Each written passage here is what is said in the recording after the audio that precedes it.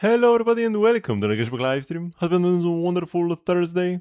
Hello Xnay. Hope you have a wonderful day. And that it will become even better as you can watch my livestream. Okay, finally back to Genshin after 2 exhausting streams. Doing new patches in Resinless and Star Rail. Today we just chill.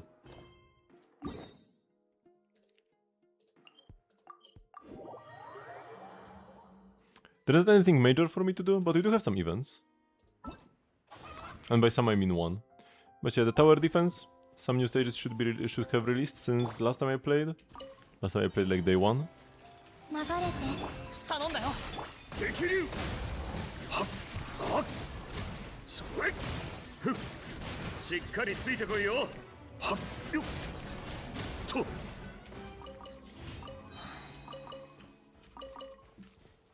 Okay.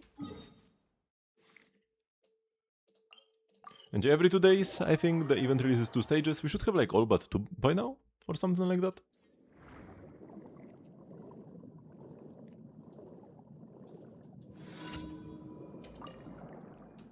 Oh. What are you doing, camera? The camera was trying its best to make it so that I don't catch this thing. Hello, delete hero.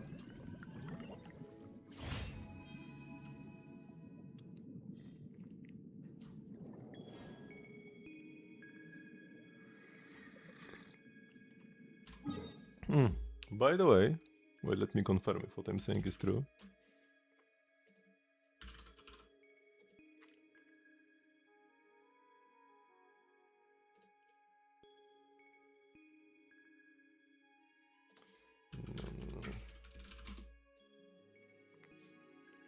Yeah, today, I just learned that today is the 16th anniversary of Pokemon Heart Gold and Soul Silver coming out in Europe.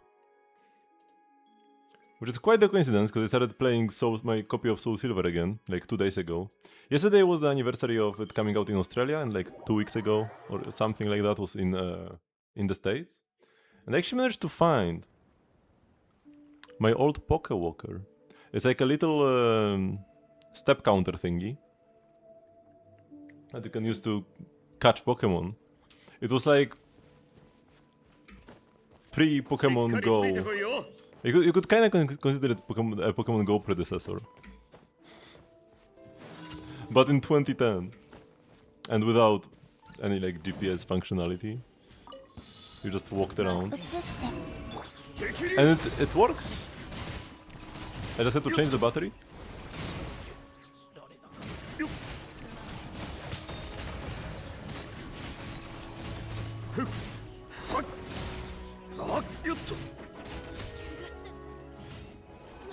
However, unfortunately I have deleted my old save file. I will never stop regretting that. Which means that I can't actually access anything I've done in the Pokewalker before. I have like 2 million steps there or something. Or more. I don't even know. The numbers seemed bugged out. That had saved.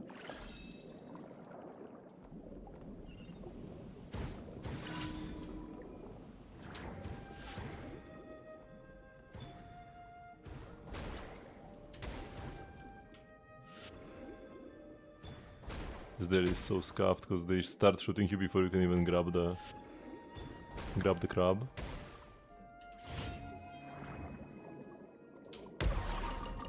Ooh, this is so sweet though.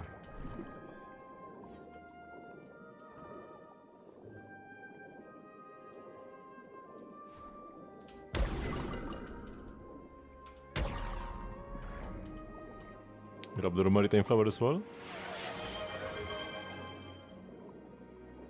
Nangong Hugh. I gotta be honest with you. I don't actually know much about building her yet. Outside of convert AM to impact. And build some anomaly damage. But yeah, the early M's as always, pretty great. All attribute res down. And extra down whips at the start of combat, especially useful in Shield defense, because front-loaded damage matters a lot. So getting the down beats immediately can raise your score quite a bit. And then more damage, more stun damage multiplier, which is crazy for a team that deals most of the damage in stun. And more polarity disorders. Yep, that's the M2 seems pretty insane actually. And yeah, ability levels will be important for extra days. This is maxed. Got the Sig. Yep. And yeah, you want all the AM you can get. So AM on 6 and 2-piece, or rather, that Phaeton's Melody 2-piece gives you AM. And that's the only AM set so far. Once we get another AM 2-piece, that probably will be what we will want to play. But for now, Days pretty good, because I'm pretty sure she doesn't get any extra Days in her kit. Only extra impact. So the 6% extra Days actually means 6% more stunning power. It's not diluted at all.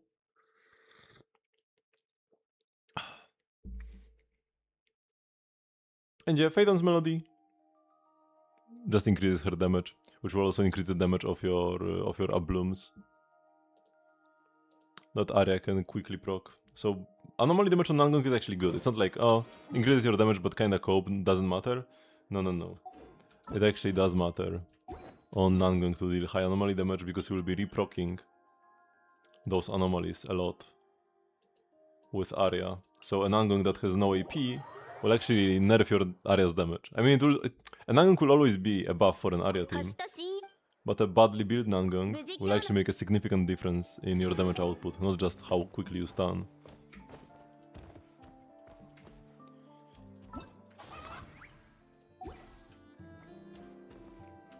Okay, we're done here. Let's go to my pot. Oh yeah, today we have a Thursday, so we have all the weekly stuff to do as well. Parametric Transformer, Escoffier Cooking, Columbina Weekly, even though they aren't really nearly as impressive after we've already gotten the wings.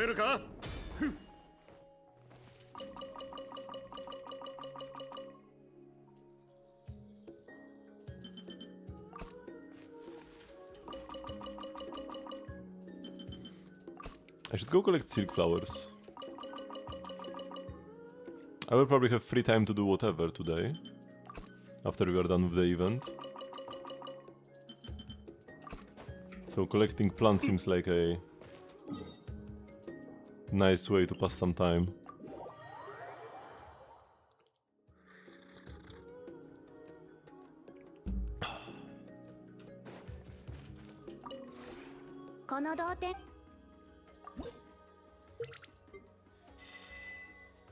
$699 still. We still have to wait a bit before we kick out Zibai and the squad. Maybe let's make these chairs. I also need more wood, man. Yeah, I can't even make 5 of these. Don't have enough wood. Don't have enough pedunculate oak. Yeah, wood farming could be a good idea as well. But I'm not even sure where we can find each of these. Oh yeah, I didn't have enough coins to buy all the Mora. That's why it wasn't all bought out. Because I spent too many coins on furniture to dress up my island here. I do like how it looks now though, with the extra blue trees.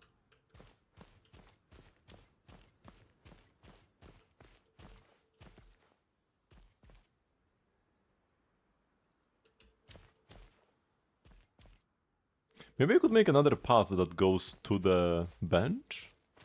Although I kinda like the bench just being out here. Just chilling. Yeah, that's fine. We don't need a paved road everywhere. This looks very nice with the extra rocks as well.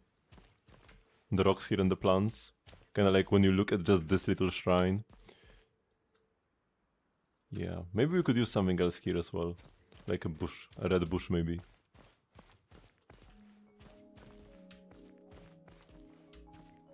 It's just so much more lively here now. Where is the fox? Where'd the fox go? Oh, it's over here. I could put some extra foxes, like after I'm already like, okay, any more plants would be just too many. We can fill up the rest of the load by just spamming foxes. Until the game no longer allows us to put any more in there.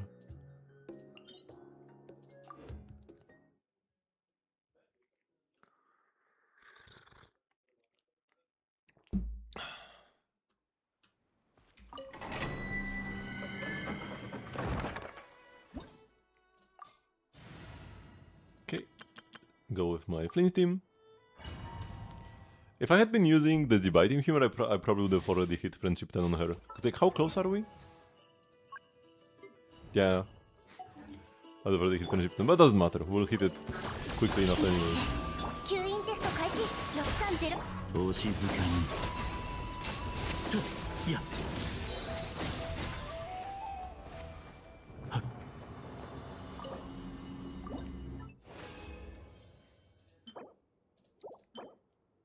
Double crit EM, but like double low roll. Like everything here is a low roll. I'm pretty sure even this flat attack is low rolled. It's a 3-liner. I'm not playing that. Like a piece like this that has all low rolls and it's a 3-liner, that's kind of like a 2-liner actually.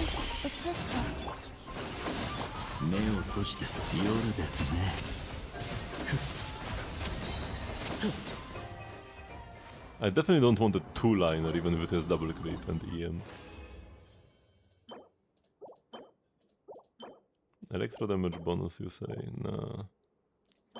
If it had good stats, could be the beginning of my transition from Fischl's, or like on my Fischl's transition from Golden Troop to this set, because this set can be a tiny bit better than Golden Troop. Especially if you don't have Band in your team.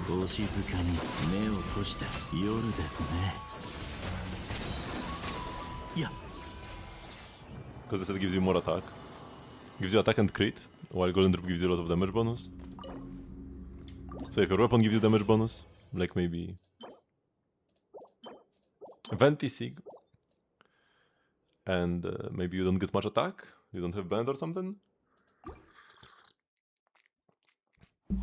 Golden Troop would be worse then.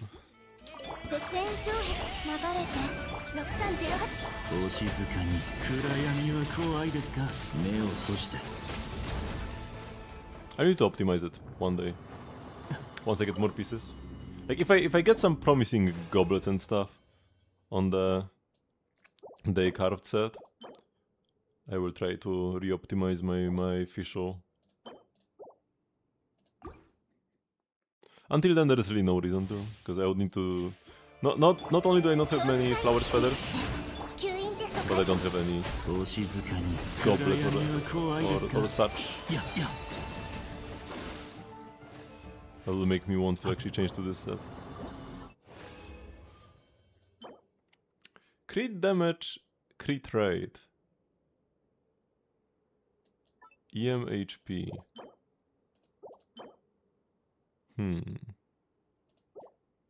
Should be a good Lina piece, if not for the fact that it's in the wrong set.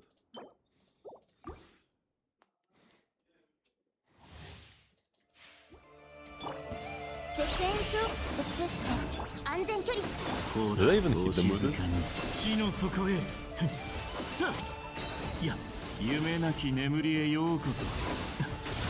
Oh my god, did I miss them with my big burst? The Flint's big burst can miss small enemies, because it like shoots 2 thunderbolts and they go like this, while the enemy is in the middle. So both of them can actually miss, which is pretty scuffed.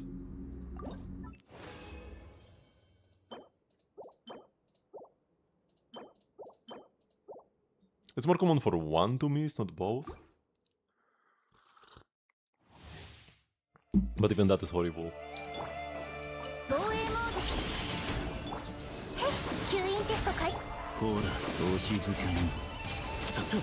Oh, this was sweet. Insta one shot the second wave.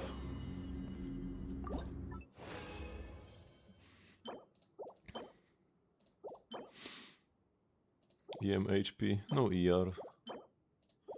on pieces like this that you mainly want for EM, you always want ER. Even if the character doesn't need ER, you never know when it might come in handy.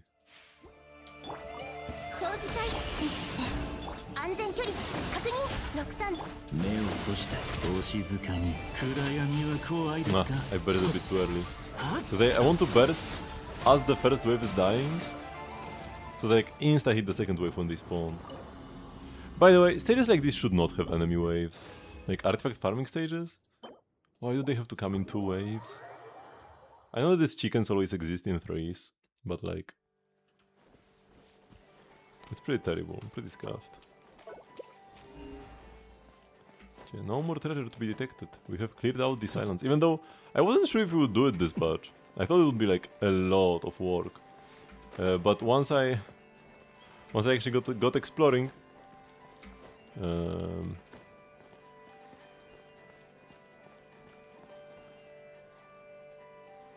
everything got cleared out very quickly. Like 3 days of my like 3-hour streams and we were done. Maybe a few more. Stygian is better, yeah, but we cannot do Stygian right now, unfortunately. The Stygian, it's not that the double, it's not like the extra rewards timeout. It's just you can't even get artifacts at all. Right? I'm pretty sure that's how it works. That you can't even get the ley line to pop up. Right? Okay, yes, what kind of daily is done? We have the event, we have our Resinless activities. So let's start by grabbing some artifacts. And hello, Lady Gamer. Stygian not only... I mean, even if it's slightly slower, because usually in Stygian... I mean, it's similar time. When it comes to time spent, it's pretty similar, but you do have the extra like 3 seconds at the start, where you are locked in the cage. It's like 1, 2, 3. It actually, it doesn't matter in the context of like a Stygian run, because that takes you 2 minutes. So 3 extra seconds of waiting at the start, whatever. But when you are doing 10-second clears of the boss, waiting for 3 seconds actually can make it slower than a domain.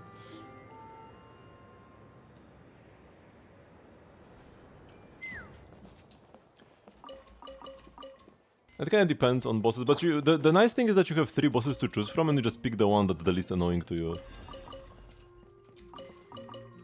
So Stygian will usually end up being better because of the choice. There should be at least one enemy that you can comfortably clear without becoming invincible after 2 seconds or something.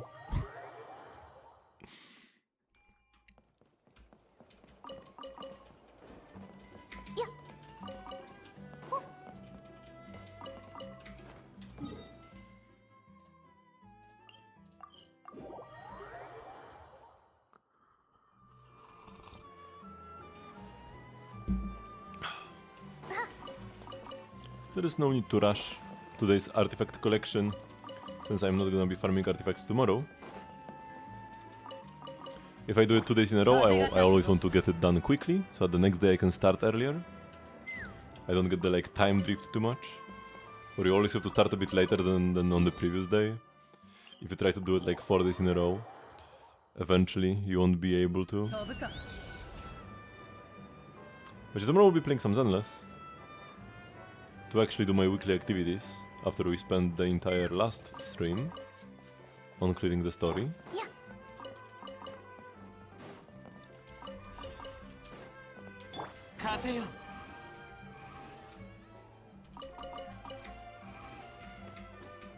Wanderer is so nice for this part. Hello, Sayonara.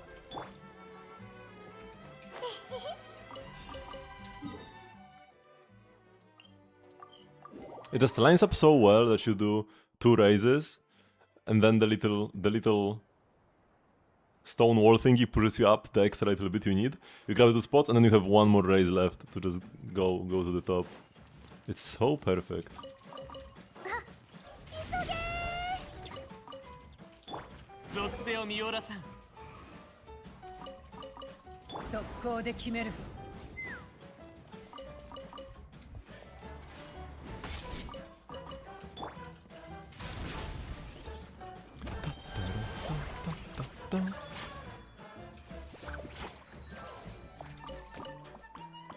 The music here is so lovely. Oh, nice, he didn't grab the wall at all. Wait, how did I do that? I think I was like a bit at an angle, and that's why he didn't grab the wall. If I could reproduce that, this would save me like half a second per attempt. Huge!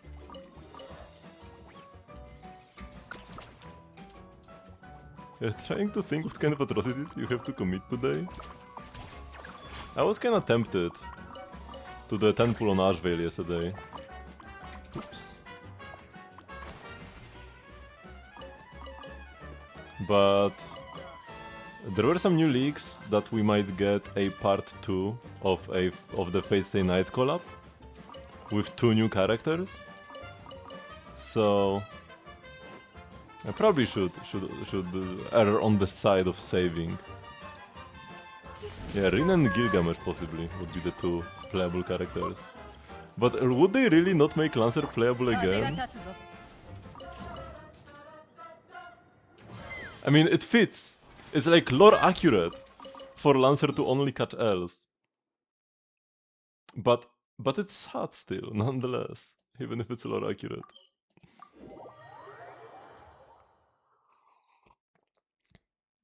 Yeah, it might actually be playable. I do hope she's like a support and has synergy with both Saber and Archer. However they would do that. But she's been master of both. So I feel like it would be perfect.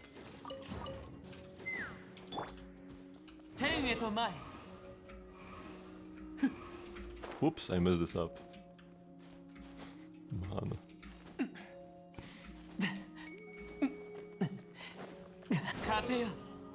You just finished part 2, so I think you are nearly there. What is that?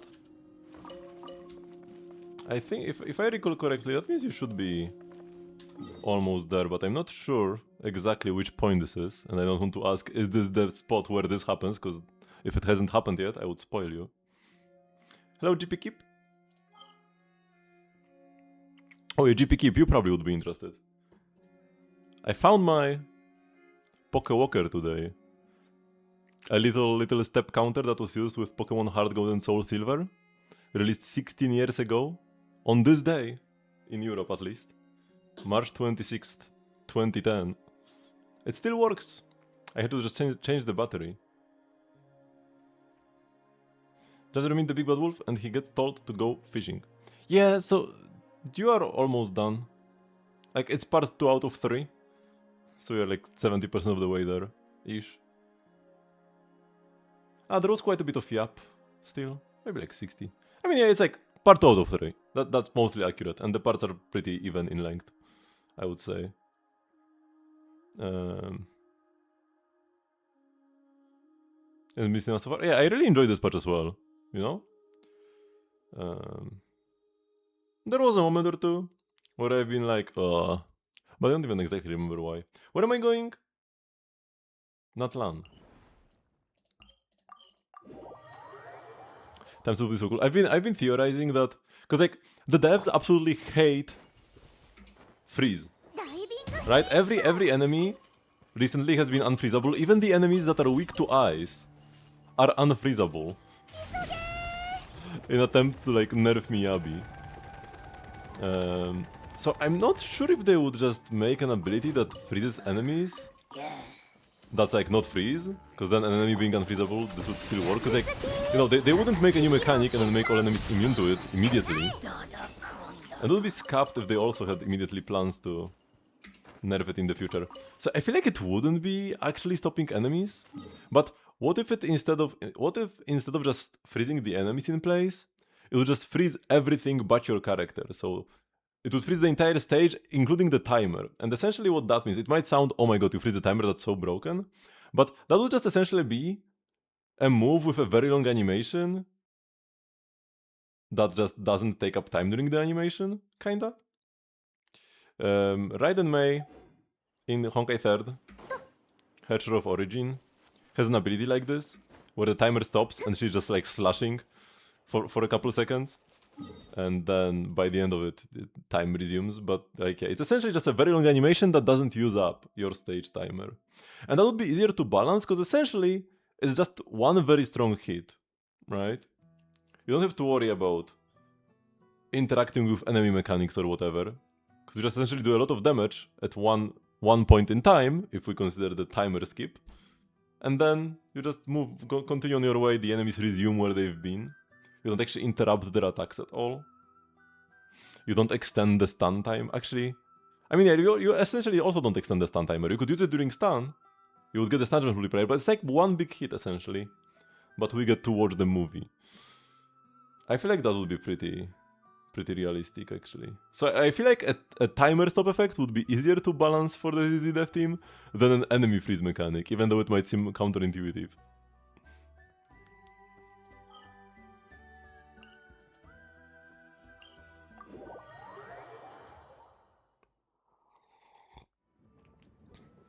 So that's what I'm expecting for our next Void Hunter level agent. Because she's gonna be the Void Hunter level agent. She's been called the Void Hunter threat, I think. Or like, it wasn't directly, but we have heard Yishuan saying that she met a Void Hunter level threat in the Hollow. Or like a Void Hunter level person that like stopped, like, slowed her down. That's why she wasn't present during the finale. Because of course she wasn't. And then, as they talked about Void Hunters in the trailer thingy, they showed Ramiel in the hoodie thingy, in the cape. So she's our next Void Hunter level agent. Might even be exactly that, just like Void Hunter level while not a true Void Hunter. Because to be a Void Hunter you have to have a cursed sword. And she doesn't have a cursed sword, as far as we know.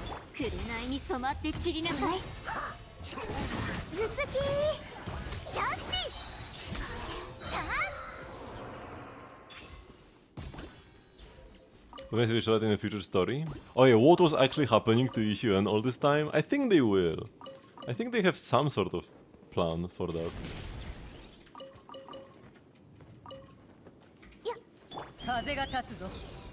Although the earlier disappearances, like 2.1, those probably they won't mention again. But the final one during the finale, I feel like that actually will be relevant.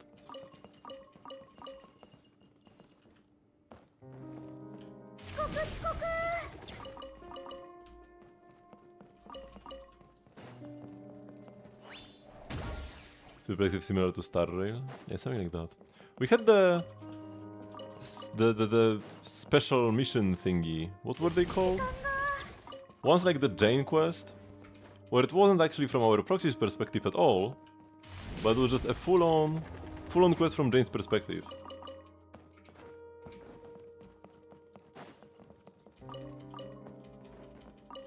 So they could do more of those. Although then we had the Astra quest, which was also in the same category, even though we did play as the proxies most of the time. So maybe it was just like a one-off with the Jane thing. Sumeru.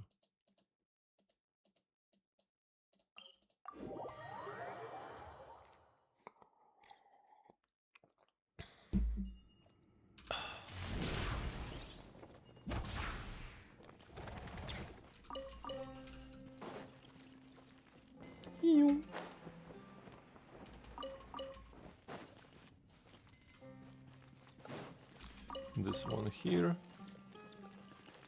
And be careful not to go too far.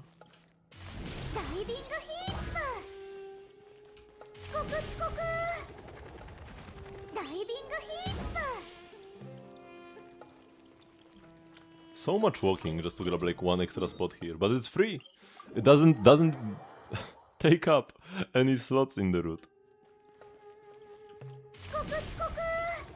Because you can only pick up 100 spots, but then everything we pick up here is like extras. So we squeeze in as much as we can. Even if a spot requires you to like run around for a while to grab it.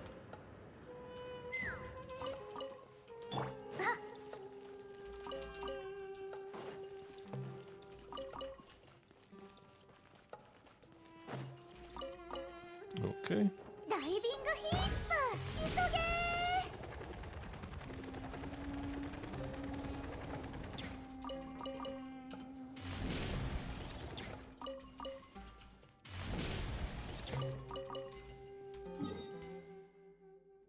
Now we tip it to the middle.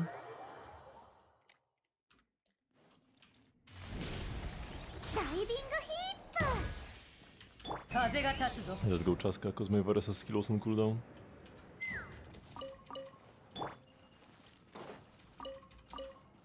The good thing about having a team of multiple characters that have good mobility is if one is on cooldown, we just go to another. But oftentimes, Varsa has such good uptime that I very rarely need to switch from her.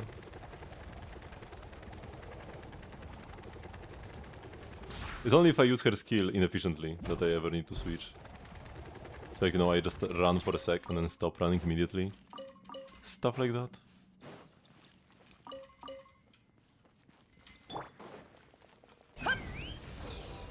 Rene's Boar 5 on Jaska. One day I would like to have that.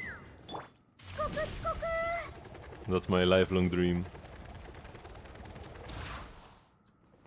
Oh, nice turn.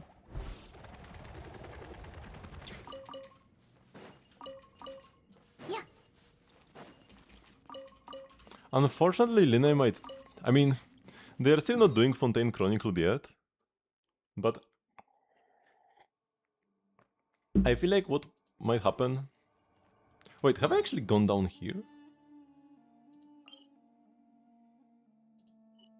Or have I not? I will double check after I'm done with this section.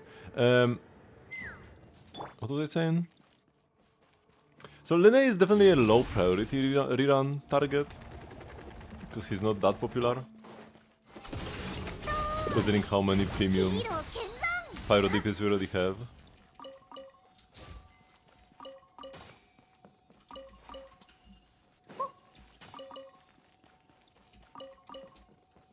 But I don't think we're getting a Fontaine Chronicled that soon. He might just be in rerun jail. Kinda like Shenhe was, until they actually make a Fontaine Chronicle, so he might just, you know, sit there for a year or two more, not rerun a single time, and then bam, Fontaine Chronicle. Which would be unfortunate, because Chronicled banners absolutely suck for pulling weapons.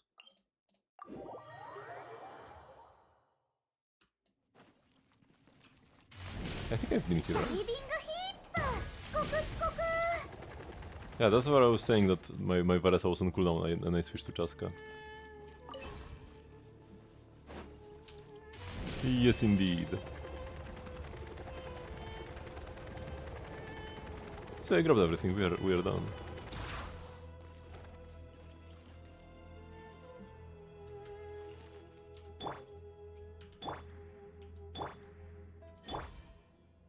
Oh, the little thingy disappeared. We've got mail. Spring's first warmth. Amazing. Tea and refreshments are already prepared. You'll be most welcome, indubitably. Maybe one day. Nah, I don't think so actually. I want to say maybe one day these invitations we get on every character's birthday will actually be real. But I don't think so. If they thought it was a problem that the characters bait us with the I'm waiting for you thingy, and if they actually had plans to make it so that we will be really invited, I feel like they would change the messages. So they would stop inviting us for now, until they would actually implement this like birthday anecdote feature or whatever. But because all the characters are still saying that they are waiting for us to meet up, that probably means they have no plans of fixing that, because they don't see it as an issue. That's the vibe that I get from this. Let's do the tower defense event first.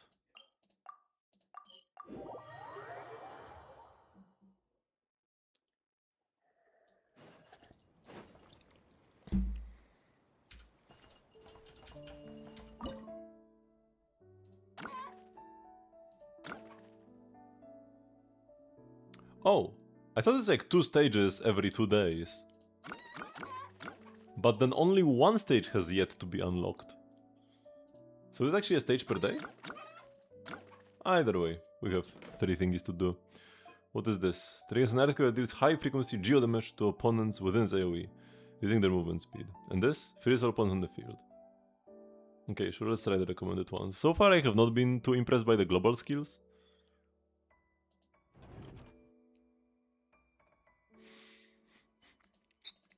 Oh, I've got these guys.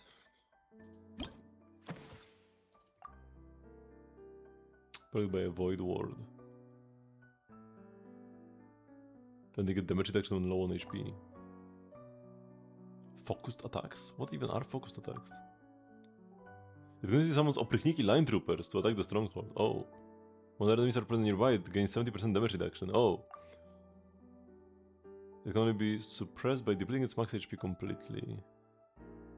Enhance your ability to suppress low HP opponents to effectively deal with these opponents. And after defeating it, reduces the attack of my turrets by 50%. Wait, this might actually be... This stage might actually be real. Because the previous ones were... even a bit too easy. The cunning monsters have mastered new tactics. They will launch incursions from multiple locations and choose different routes to attack. Utilize the advantages of the terrain and find a way to block the enemy's offense.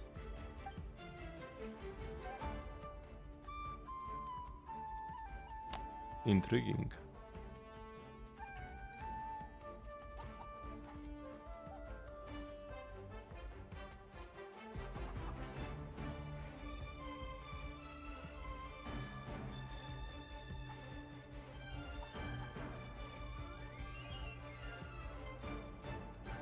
Maybe let's go here for now.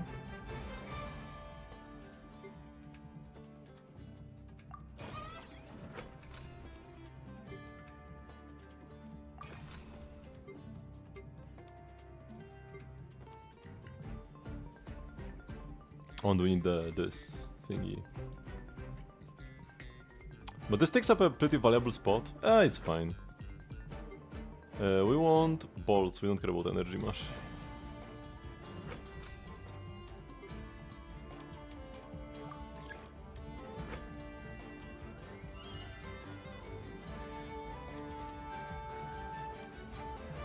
We can already upgrade.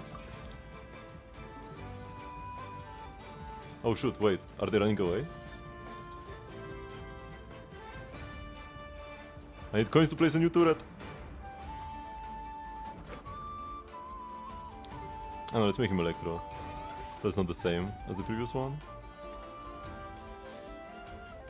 Yeah, we get a nice overload as they go here.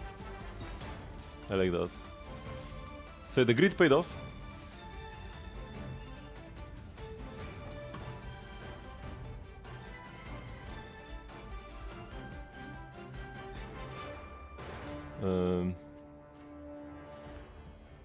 Let's put the thing here. Geo, I guess? Yeah, sure. They want the mines? I don't think I want mines here. Then maybe another one of these. Always bolt preference. And upgrade it immediately. I might place like one more of the collection mechanisms.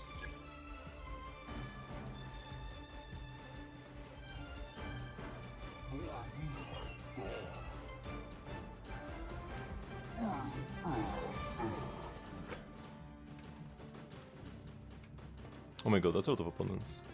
We probably need to upgrade this Jimmy-Can. Or like standby munitions, but I don't have time to do. I don't have the resources to do that actually. Wait, are we cooked?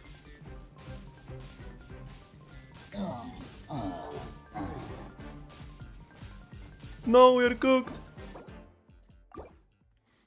I will restart. I need to finish this perfectly. Okay, I was too greedy. I will start the same way, but maybe instead of fire intensity we would go damage range for the early one. Maybe this way we'll be able to be more greedy. Let's try that. Actually having AoE early on seems pretty valuable.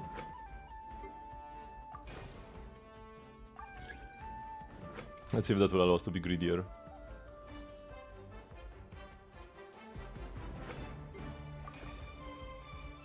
Yeah, like we are doing so much better already.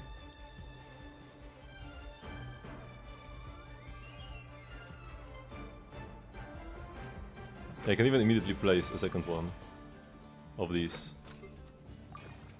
collectors. Yeah, the speed one was a mistake.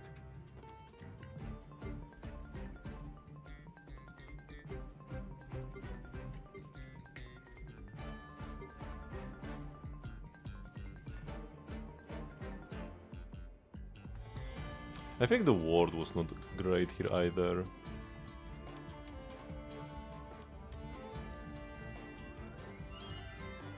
I think please one more of these. Another Chimken. And this one will be Electro. And they will be a bit closer to each other. So this way we can actually reliably get the reactions.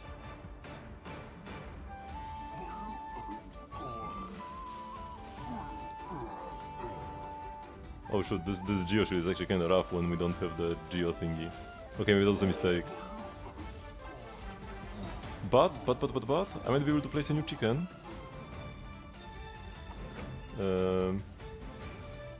Let's make this one Pyro as well. Okay, and he should solo this guy, right?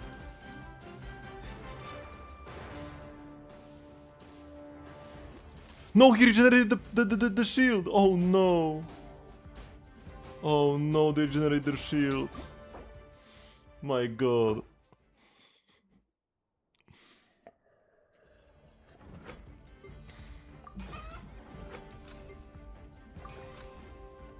I didn't know they would regenerate the shield.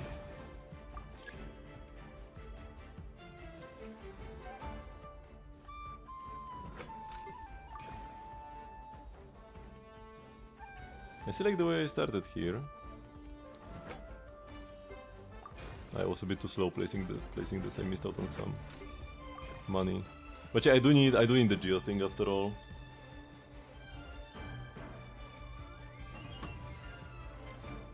I do need this after all.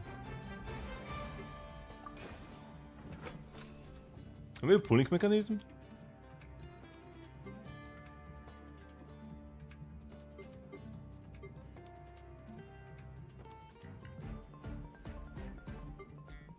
Or would we rather have a chicken? You know what? I think I would rather have a second chicken here. Like Geo shield thingy and then a second chicken. I feel like that's better than just having a more upgraded thing here. Because the Geo slimes were the only thing that gave us trouble.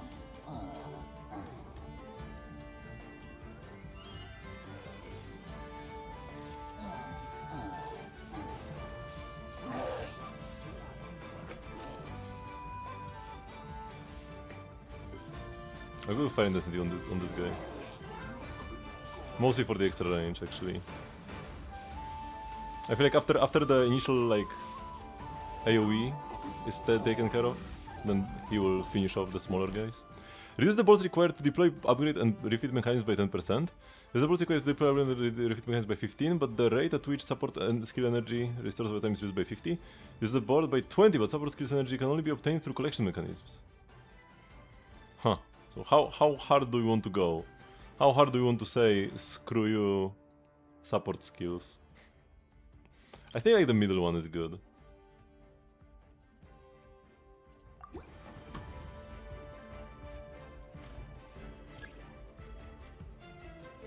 Oh, they dodge most of our defense. Okay, we should be good against the Geo Slimes, I feel like, especially if we upgrade this. But we do need more support for these here enemies. But I feel like, should I place a chicken down here? It would be kinda only help, he would only help against the bottom. I would rather place him towards the end, actually. Make him Pyro and give him standby munitions.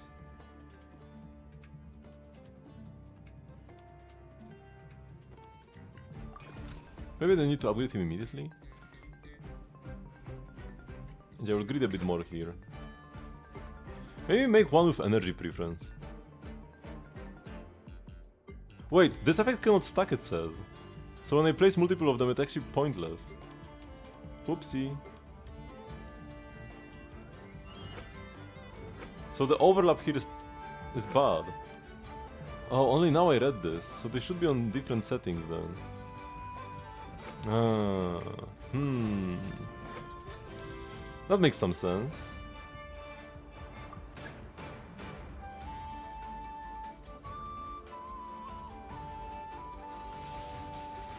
Uh-oh, we might be cooked. Wait, what?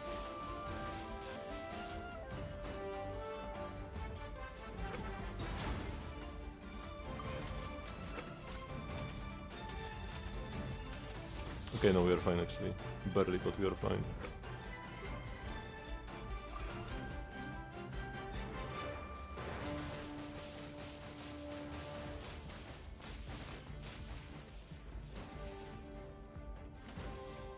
Nice, nice, nice. The chicken at the end is doing good work.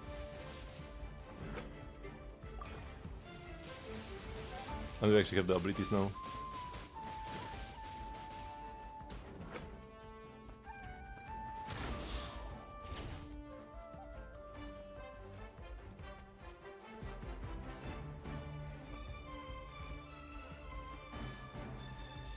Maybe one of these here. Let's take Hydro.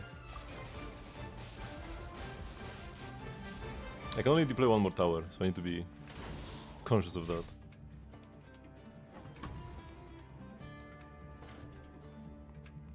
Okay. We've got the Pyro guys at the bottom here. But we have a Pyro chicken at the end. I will give him focused attack, I think.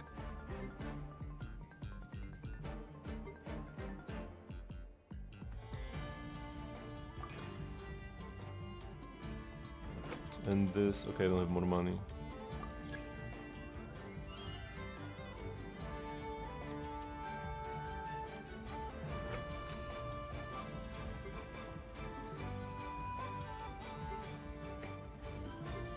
I'll do a shockwave here at the bottom.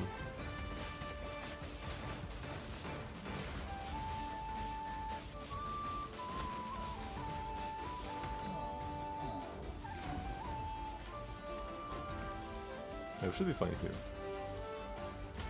Especially with the melt. Let's shoot here, because there are quite a lot of enemies actually. Whoa, wait, this is strong.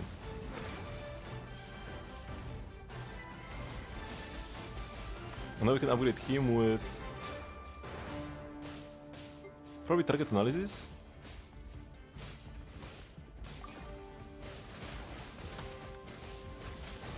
Wait, these guys got through my Geotrap and now it will be problematic to kill them before the shield regenerates.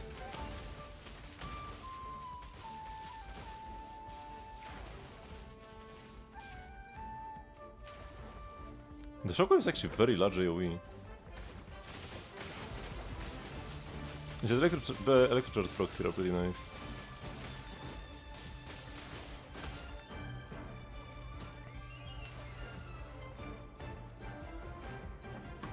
And yeah, now the top is also opening up.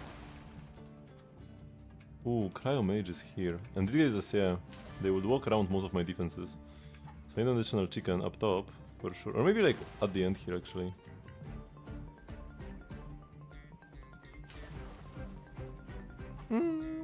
Yeah, probably like this. Or maybe not. Maybe here. I will definitely delete one of these turrets. Here. Maybe this one will just go away. Let's like remove this. Place a chicken here. Make him a Nemo. Cause why not? And probably go for AoE. 6 of them.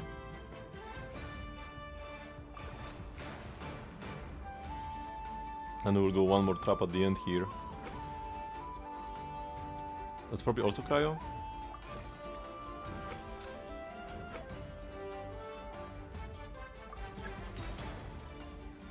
Yeah, AoE is a good call.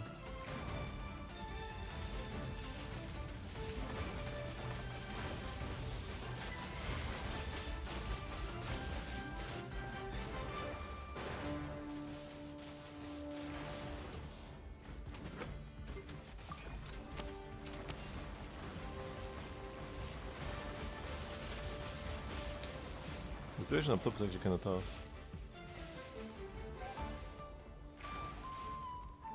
I no longer need this. Let's put an extra chicken. It's actually exactly the same. I want the exact same chicken with standby munitions. Just like two of them instead of one. Oh no, oh no! Wait, I got him! I got him right before he entered! Oh, no way.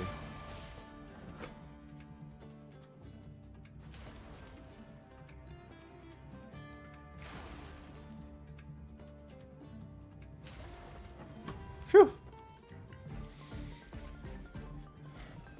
We probably want larger attacks from the shockwave mechanism. Once defeated within its range, it will unleash a shockwave once every 1 second.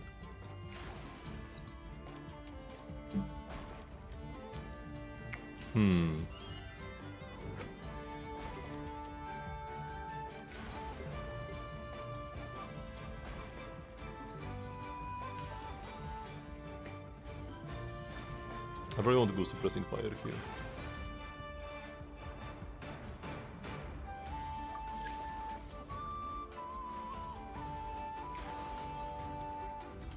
Let's use these because we'll get them back.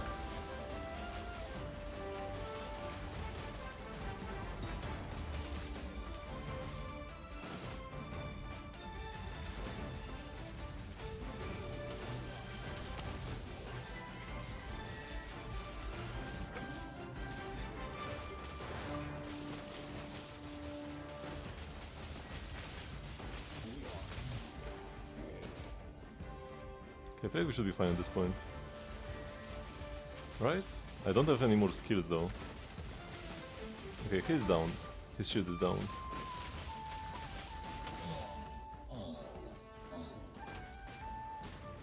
Whew! This was actually tough.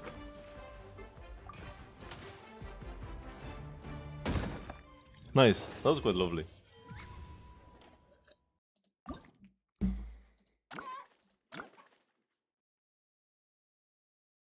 Oh, I was wondering why is there no check mark? Because I didn't claim the reward yet. Yeah, now there is a check mark.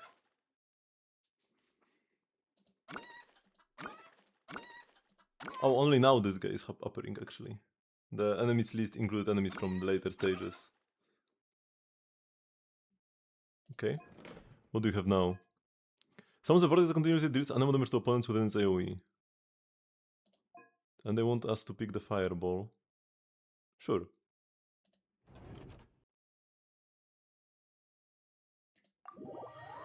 Now I know how the collection mechanisms actually work, that they don't stack together. Some skills are a trumpeter to ensure victory. Use the additional collection mechanisms placed in this challenge to boost the charging efficiency of support skills significantly.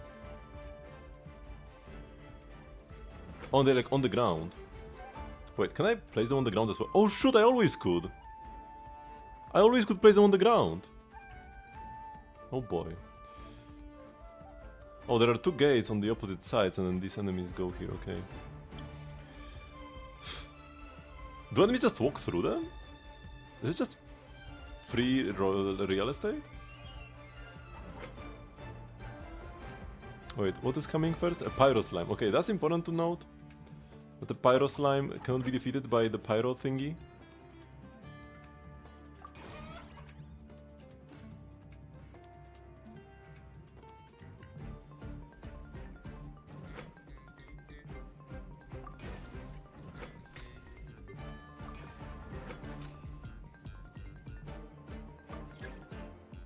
Oh wait, that's more than one pyro slime. I thought it would just be one pyro slime. That's what it said!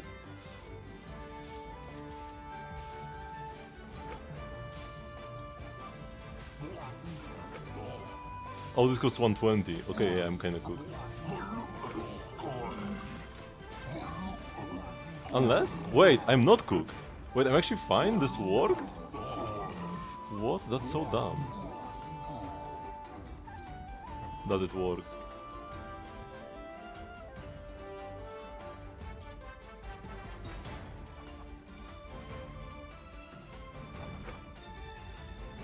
And there's one electro, so let's put one pyro here. Let's also give him AoE.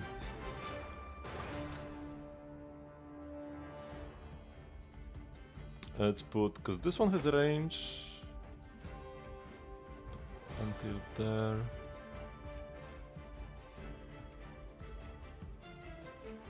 I do want to get benefit from this here. But like this, there is significant overlap. It might still be worth it. More money is important.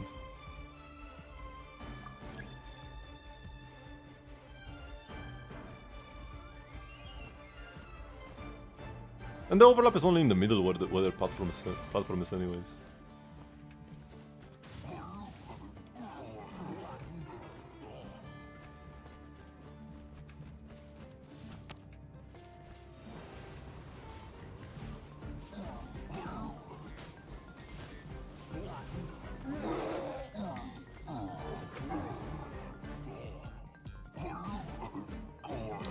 Let's give one of them suppressing fire, and the other will get analysis. Maybe I should first deploy more towers.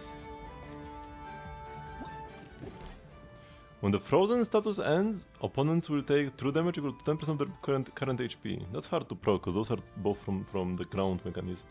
When you trigger melt upon opponents, they will be defeated instantly if their current HP is below 20% of their max HP. When you trigger super contact, an explosion will occur at the target location dealing cryo damage and applying cryo to nearby opponents with its AoE. That sounds actually pretty cool.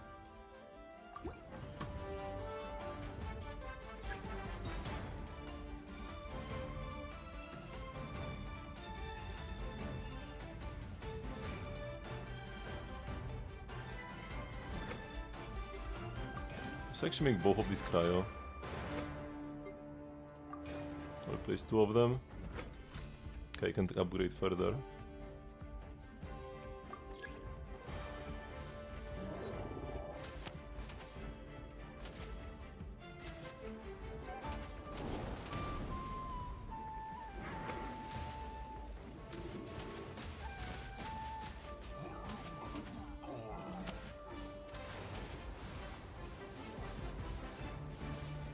Okay, good, we got there.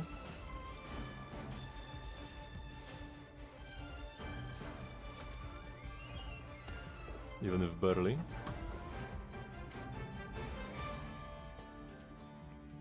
Okay, we could use more turrets. Wait! He will walk around and then out.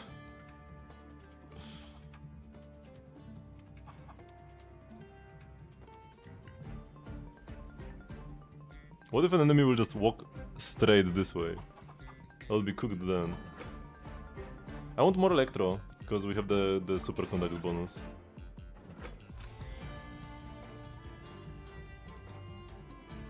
Yeah, the mines actually seem pretty good here, or do we want the Shockwave? Let's get Shockwave. On both of these. Shockwave is good. Huge AoE. These are both damage range, so let's give Fire Intensity to him.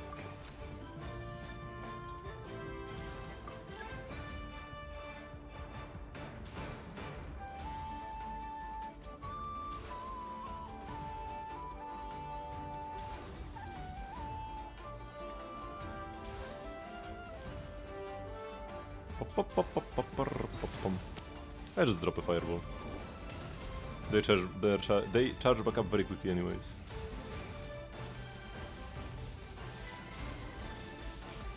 We kill him without killing the shield first.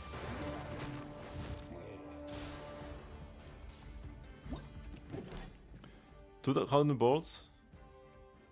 Instead of additional bounty, targets will appear large Geo Slime. Stonehide Lava Churl.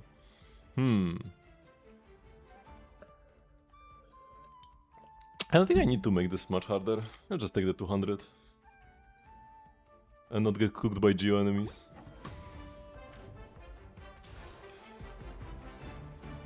Okay, these guys also walk around in a circle. Good. So wait, this guy has suppressing fire. Let's give him target analysis.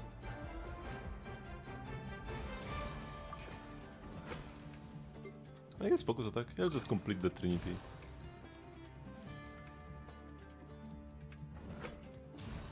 And here The explosive mechanism sounds good.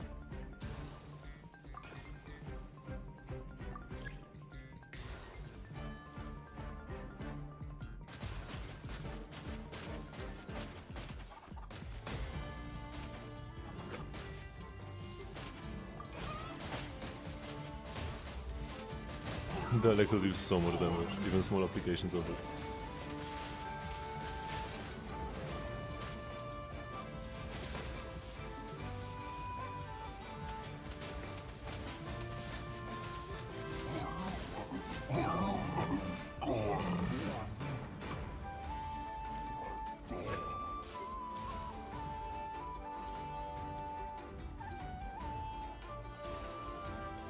Let's give him stunned by munitions. And sure, the focus attack. This stage is simpler than the last one so far. Let's see if it changes. So he nerfs my turrets, right? This might be problematic. Oh, he doesn't even die actually.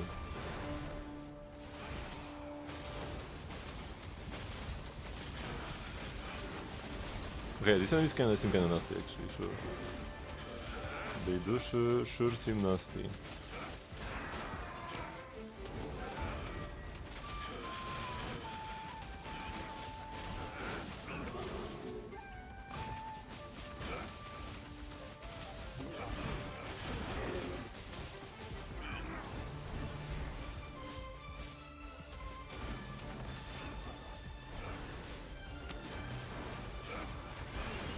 Wait, this guy is heading out?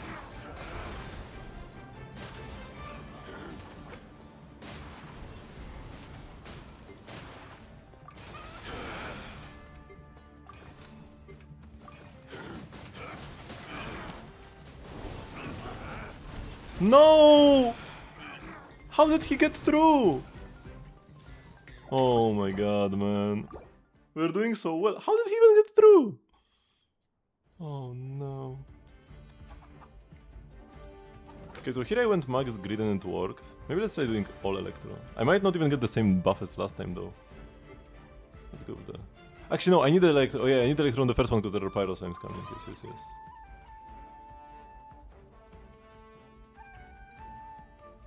If I put it this here and here, then these corner squares have no coverage.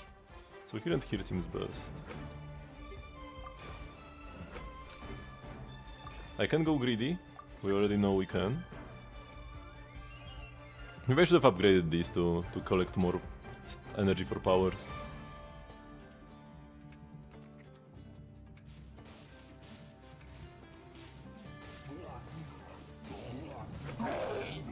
Check damage range, OP.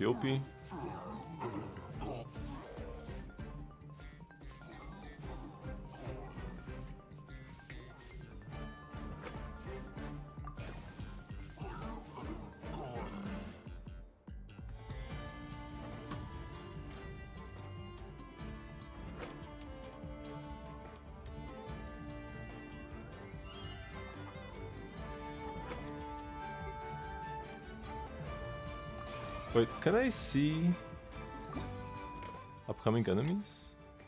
There are Thunderhelm Lavachers, but Cryo will take care of them. So I don't need to worry much about them, they were not the issue.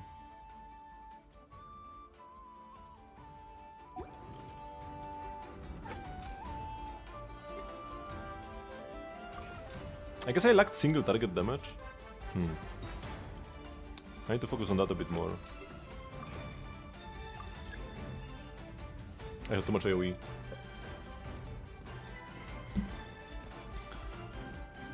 But now I don't need to be greedy anymore, because I already have like all the charge up set up.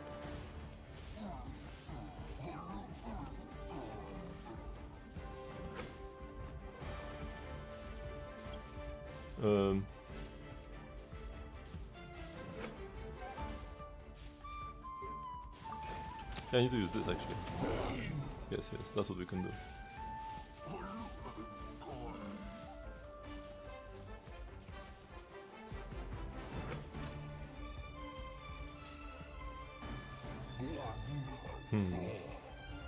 Let's see what buffs we get before I choose. Oh, I haven't... No, he has damage range. Okay, we're fine. Because do we get the buffs now? Yeah. So we do get the deep freeze again.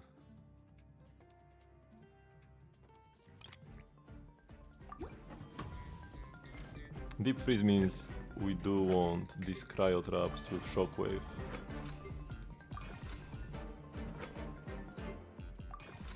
But maybe I do want more pyro as well. Of course. I banned the phrase Streambo and it doesn't work on these guys somehow. My bot is asleep. Or whatever. I just dropped the fireball on them immediately.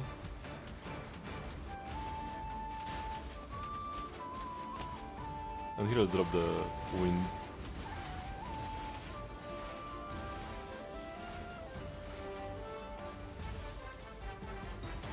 This guy will heal up.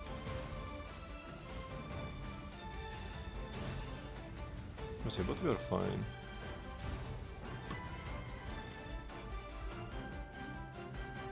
Cryo laboratory. A bit annoying, but we should be fine. We definitely want one turret with target analysis. And here, what did I pick? I picked explosive mechanism, but maybe fracturing is better.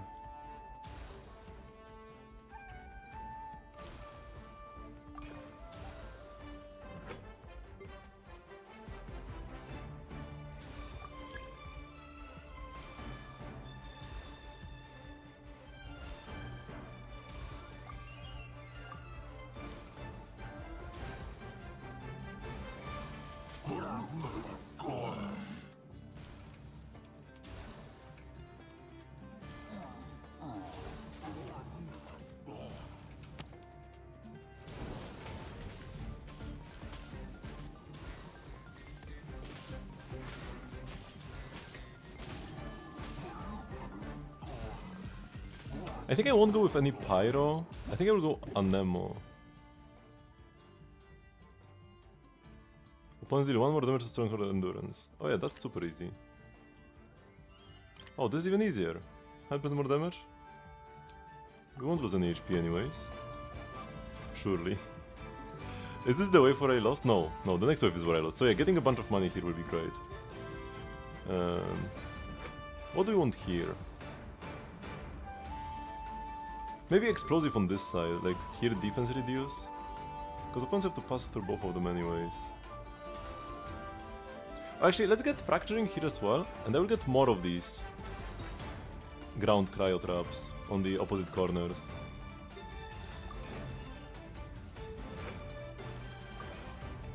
And for these I will take mine laying and shackling, and this should help with single target a bunch. I should also probably need more chimkans though. And let's give them Anemo. Or do we just go full electro?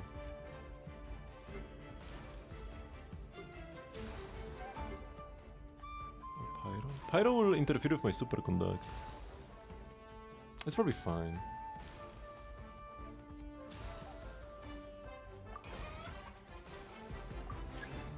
I feel like it will be helpful.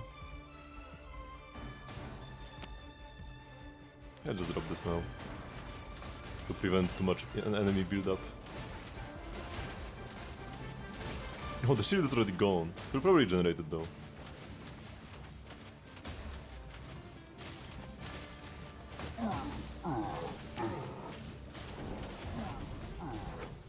Let's upgrade these guys, actually. The collection mechanism.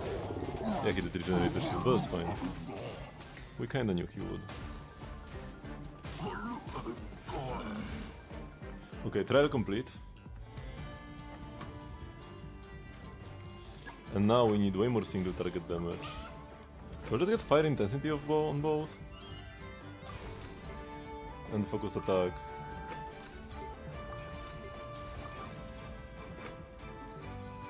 Okay, that's actually all my money already. I'll take the mine laying.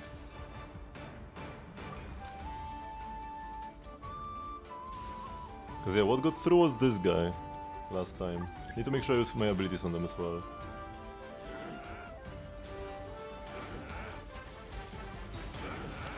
Oh, they could melt it. Oh, actually, but they do revive. That's the issue here. So they could melt it, but yet they are still alive.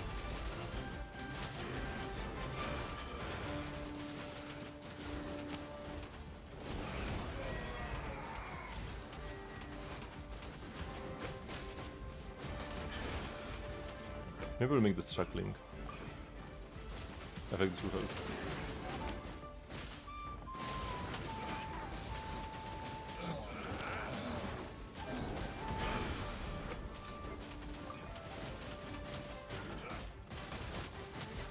Wait, is this guy turning around? No! Deployment limit reach! No, no, no, no, no, no!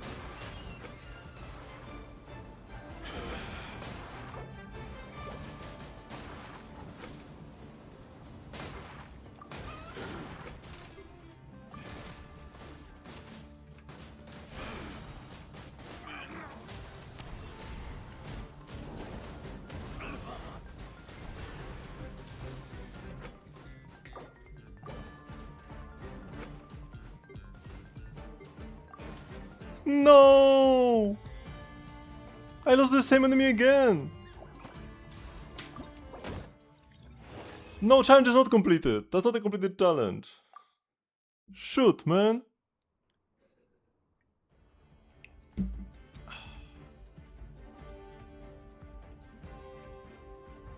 What can I do versus that?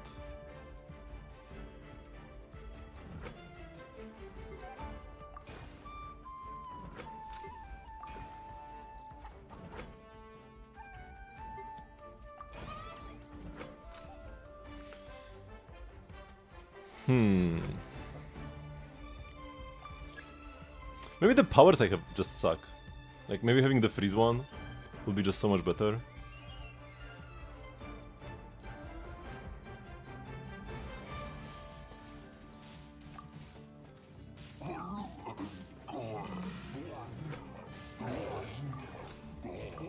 Maybe I don't need as much AoE. Maybe I'm doing too much AoE? No, I kinda need that. I need to pay more attention to how the enemies are walking around here. Maybe more shackling mechanisms?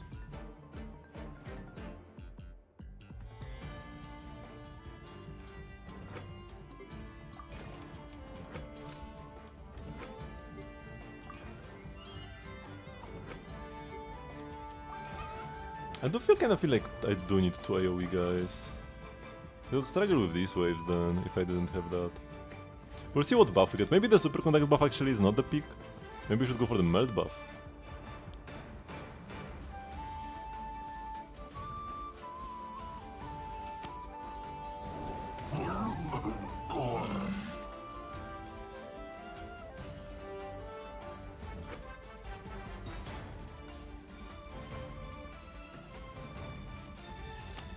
So let's refrain from placing this until I see what I'm getting.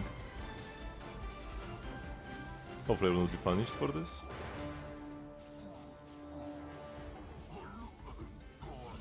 Yes, nice.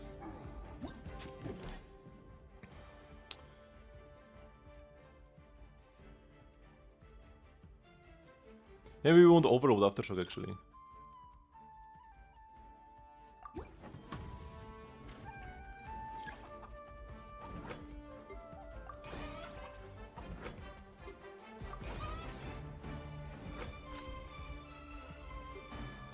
And give him some munitions? Maybe some munitions is the pick for like burst damage.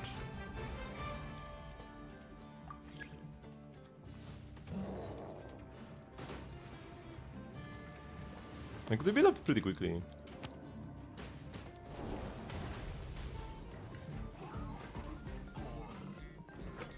I was gonna go with Cryo here for melts.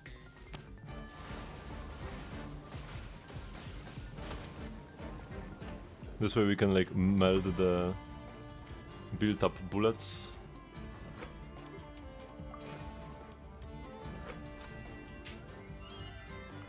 I feel like Shockwave should still be the pick. I feel like that was not the issue, like the shockwaves here.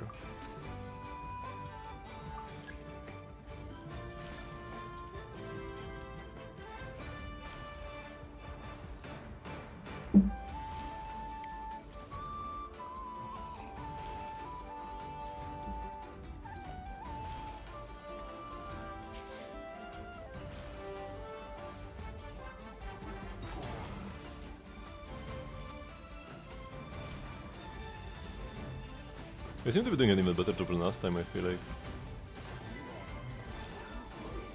I feel like the enemies are not making it this far. The max HP flow bonus is increased by 40%. I kinda need extra money though. I think I need extra money for the last wave. The last wave is very rough. And they make a full circle here.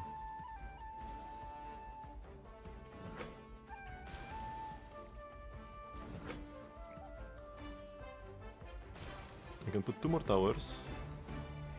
Maybe I'll just place an extra tower here, because I feel like I kinda need it anyways. Or here.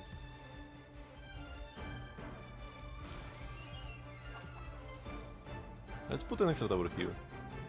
And maybe let's make him an Anemo guy? And he will have some munitions for sure.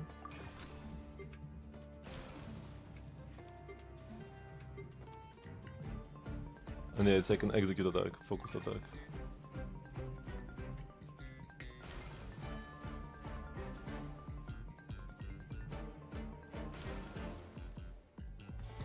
Because the guy who escapes goes like this, right? Down here and then like that?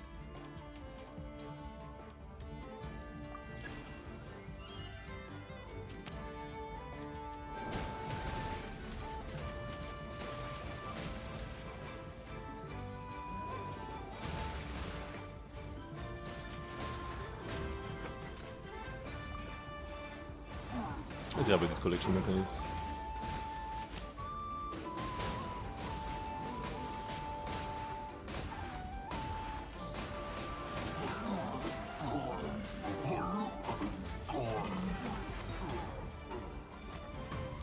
I feel like I will just give suppressive fire to every one of these. Maybe like one will get target analysis. Yeah, he goes down and just out. Yeah.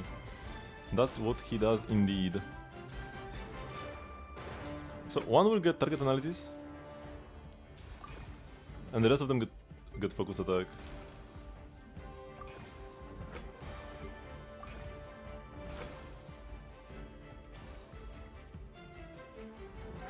Let's do shackling mechanism here.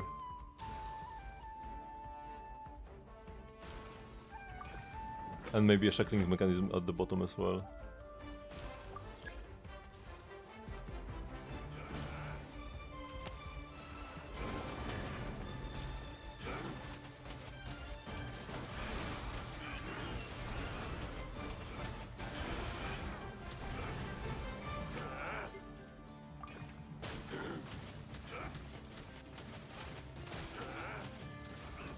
Yeah, this guy, we should be fine here. Yep, and now this is the enemy that escapes every time. Because of the chaos that is gonna be happening now.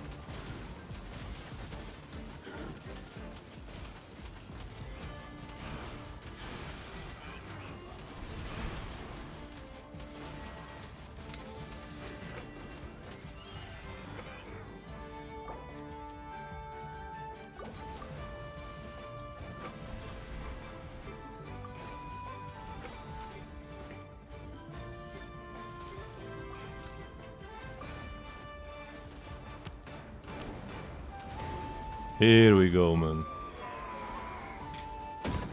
We just needed everything to deal with him. Nice, this was fun. Actually tough. At the end, there's no losing HP. Just winning is easy. Because like up until that last enemy, I could just chill. And now we get these guys. And still this. Oh my god. Oh my god, what is this map? The wizard waves its little claws as if hinting that we can construct the defense line based on elemental types of these traps. I'm not taking the electro thingy. I think I'll take Anemo and freeze.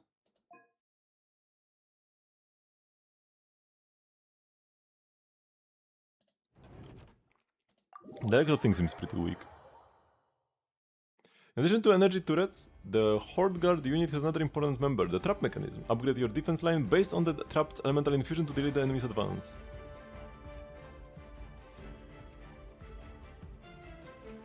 Okay, they take a while to walk around.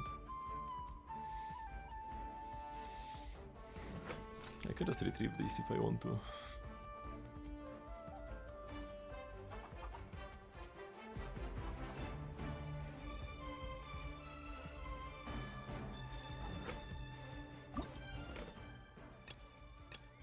You can kinda never go wrong with Pyro. This is a Fire Blade though, so Pyro won't be good against him. But Pyro is good against everything else. Oh, not the Pyro Slimes.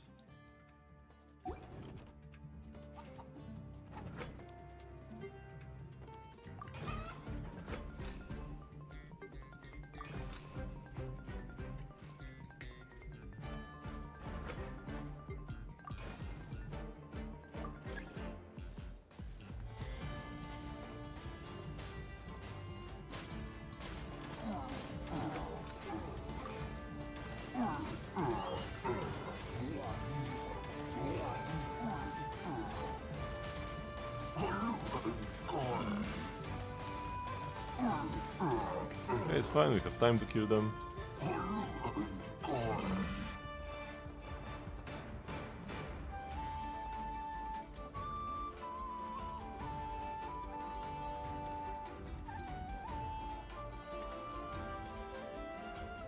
No need to rush.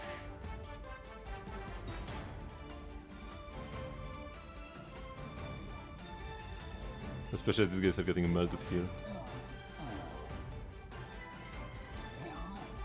Okay.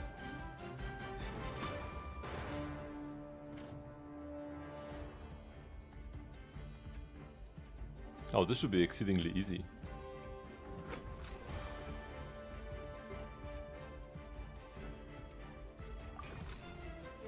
We can put a shockwave here, and we should be able to just chill and save our funds for the next wave. Target analysis might be good here. Let's grab this as well. Maybe overbuffing this guy is pretty bad, because this will go like left and around probably. And exit down here. So maybe I actually over invested into this chicken. That's fine. We'll see what comes.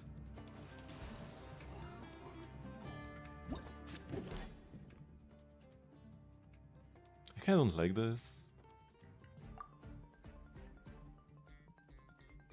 Oh, this is terrible.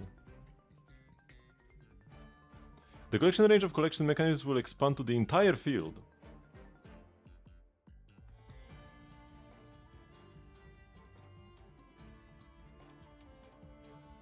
Will increase their efficiency by 100%, but the bolts required to deploy and upgrade mechanisms are increased by 50%.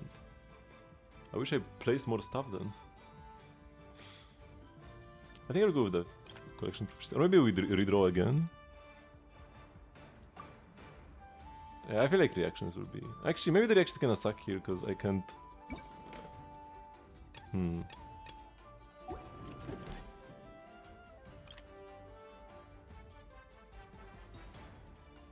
Yeah, maybe the ones before were better.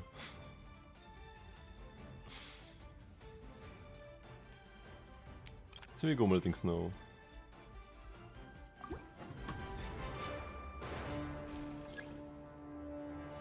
Yeah, these guys go all the way around. Oh, and they actually go to the middle. Okay, it's not bad then. This ain't bad then. Because we can place like a chicken here.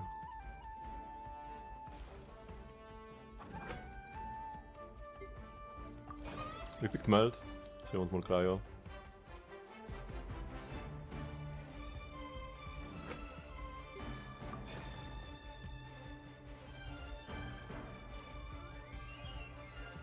Let's apply cryo to them as they enter, and then get melted.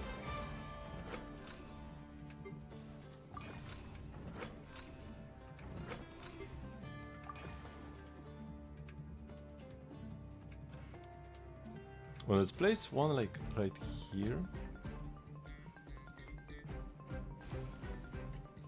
Maybe here. That will collect the powers for me. Maybe here. Energy precogs on this guy.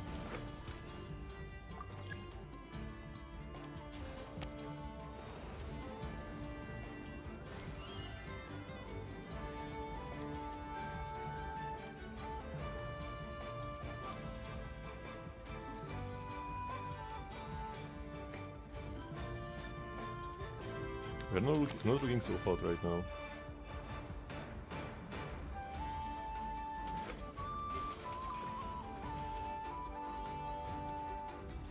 we're kinda struggling hard actually.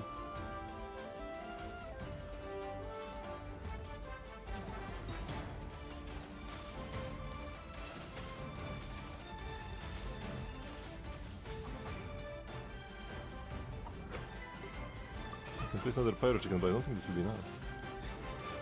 Oh, and they're even making their way through here. Why are there so many enemies?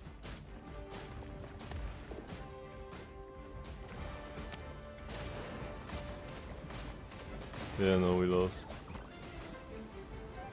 I think I just keep summoning. Yeah, my buffs were really bad. Maybe I should have played until the end to actually see.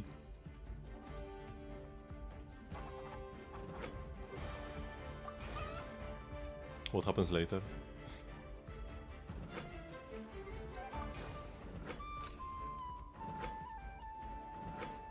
Oh my god, they kept misclicking.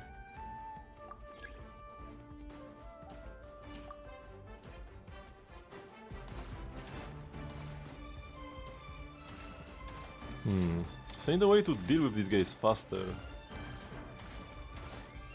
I have to kill an enemy to upgrade myself, hello? Oh my god, I'm 3 off. Here we go. We should still be fine, and we overall make more money this way. But yeah, I need like some strong front-loaded damage right in front of this. Like a chicken here that will be able to take care of both of these portals.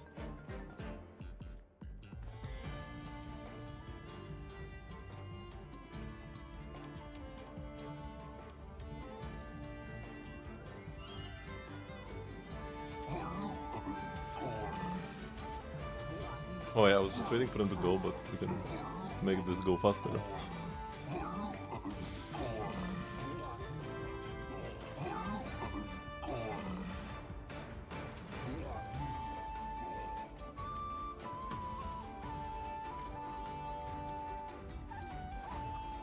Let's place another chimkin here. But the Oprikniki guy is also Pyro. So maybe we don't want him to be Pyro. Maybe we want him to be Electro.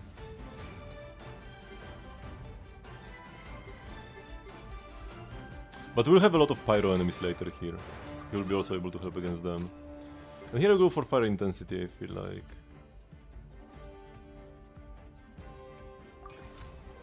But I don't know, maybe Fire Intensity is just bad, actually. Maybe.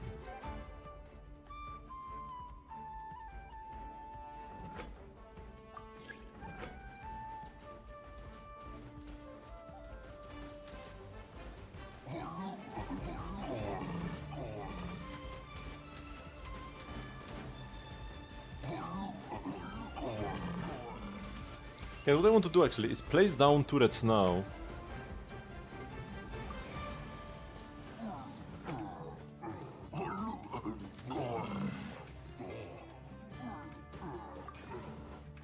So they can pick the thing that makes turrets more expensive.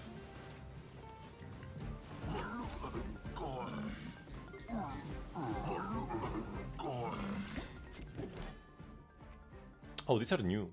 As with prep waves gain bolts based on number of collection mechanisms on the field, each collection mechanism can provide 100 bolts. You can gain up to 200 bolts this way. 200 bolts at the start of each? Wait, that sounds pretty good.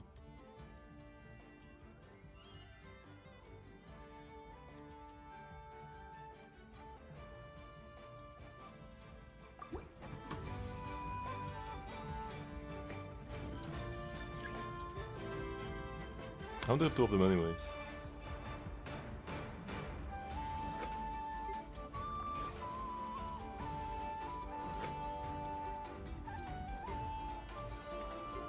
Does he fracturing is effective against this guy? Is it?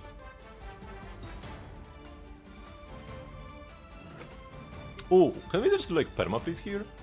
What if we do this and then also make it shockwave? So that they keep applying cryo and hydro. This game might actually ruin it. Let's see how well this works.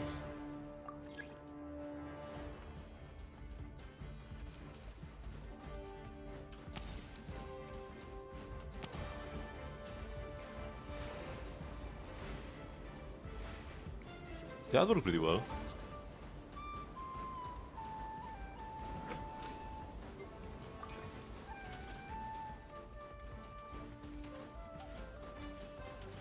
I hope I didn't overdo it with the upgrades. Let's go pulling here, actually.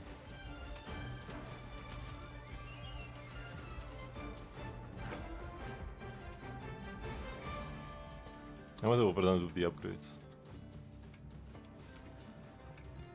Oh, we have the E available again.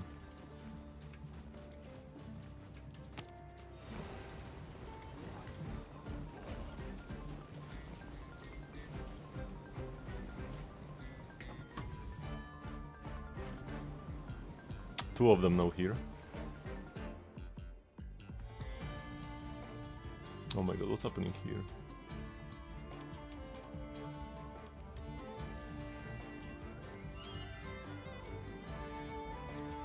I'll put a Hydro mechanism here with Shockwave.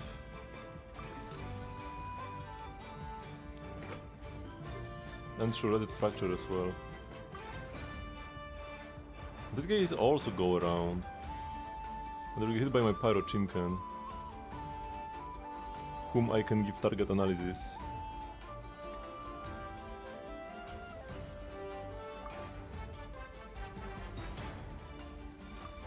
Let's see how all this works.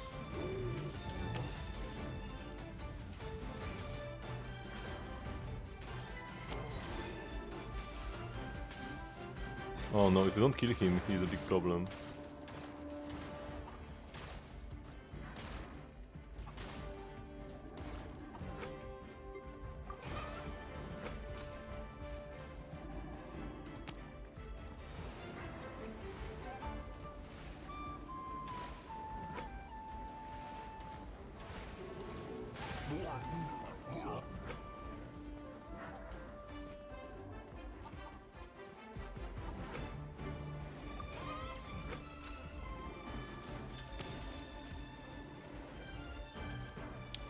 I don't like how this is looking, but maybe it will be fine. This guy is almost out, but not quite. My turret is broken? What? How's that a thing?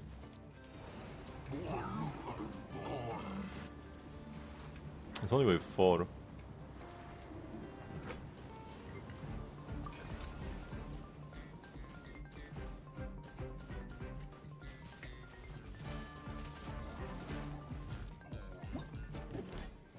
Increase the attack of energy turrets and the trap mechanisms by 10%. As a wave temporarily increase the attack of energy turrets and trap mechanisms by 5% for every 10 seconds.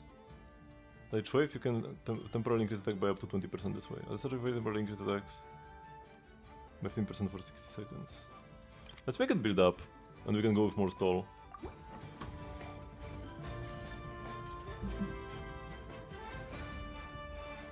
Oh boy, this gets really problematic.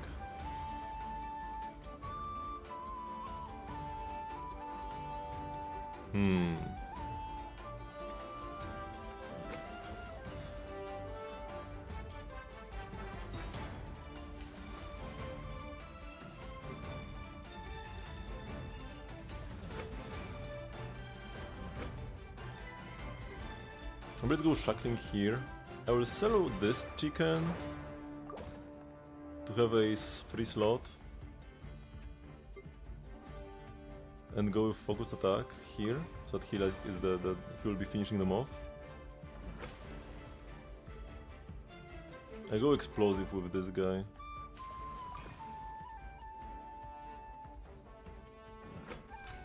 And let's go with mines on the Geo one, might help.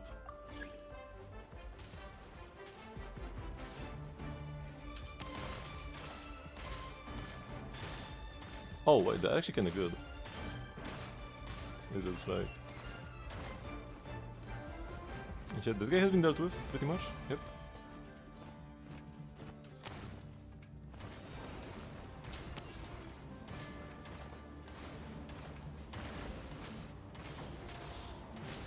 I feel like I need more AoE here. Do I though? Oh, does he generate the shield?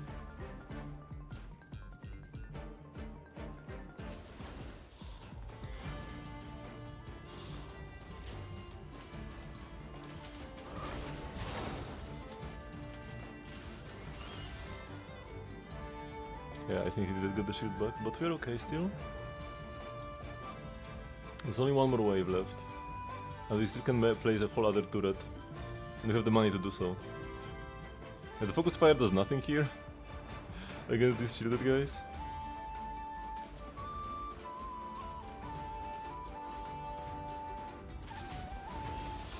They get demolished in this terror zone.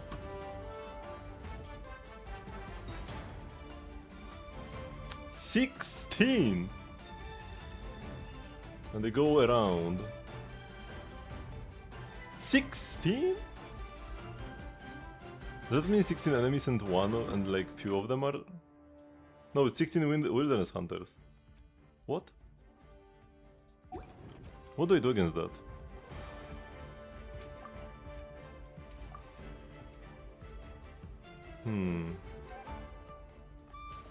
Two mimics, these are just like a distraction. 16 wilderness hunters. I just can't get over that.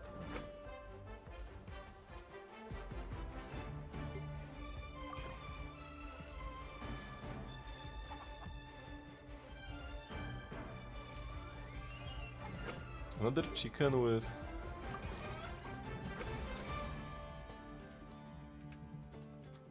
like standby munitions and focused attack.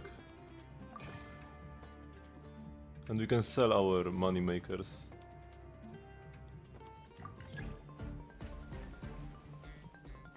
Let's wait for them to like step onto this. And we'll freeze now.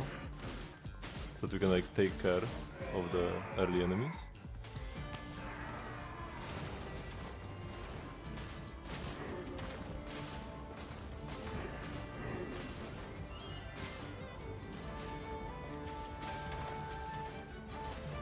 Okay, sell money makers. Also sell this. And I will prepare defense over here.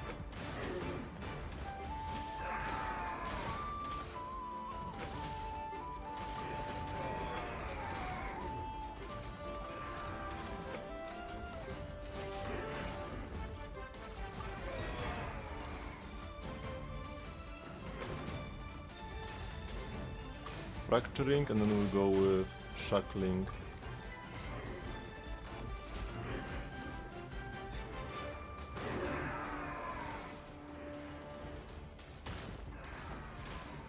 Let's free them now.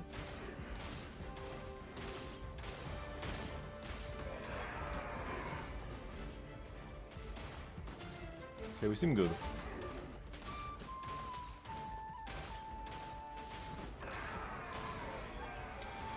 Yes, nice. These days get tough, I love it.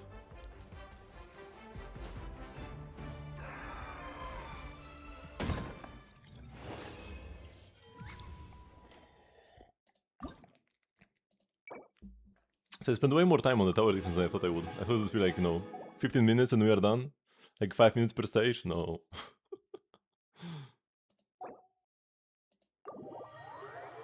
Lovely.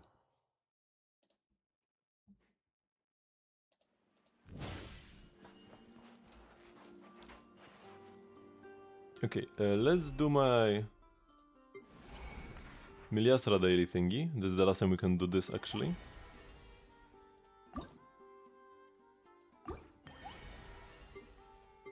So last time I need to go into DPS test dummy.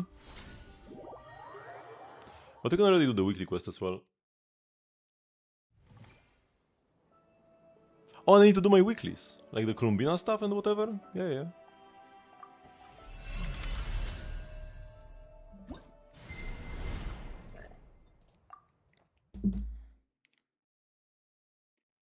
Ice coffee cooking. Parametric transformer especially. Because that one is pretty picky about like the timing.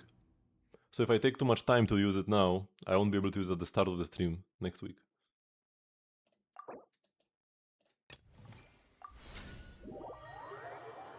The AFK stages.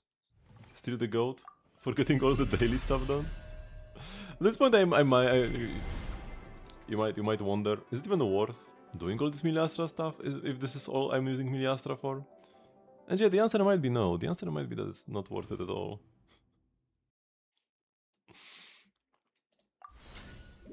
I don't know, I feel like one day, I feel like Miliastra will only keep getting better.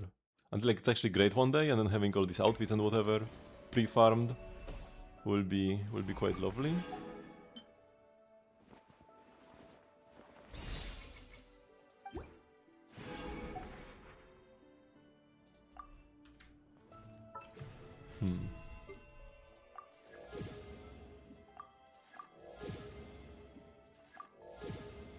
There we go. Last thing we need is complete more matches, we can do that next time.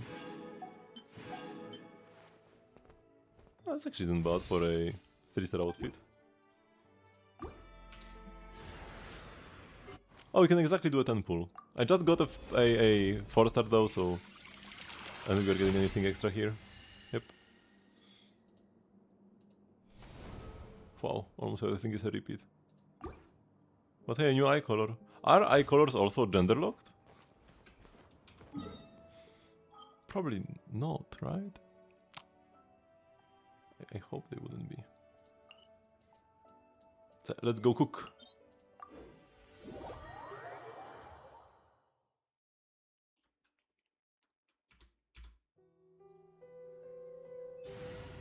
Escoffier, it's time to cook. Oops.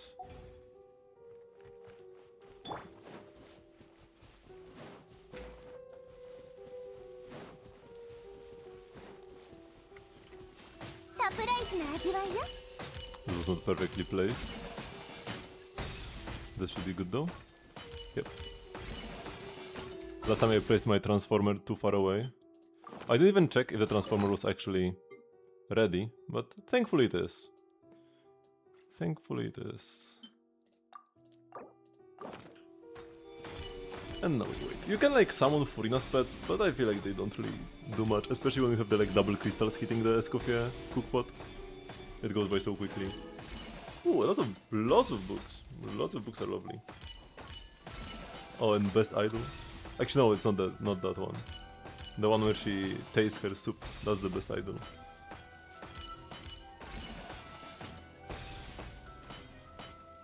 Five-star food. I wonder how many of these I have by now.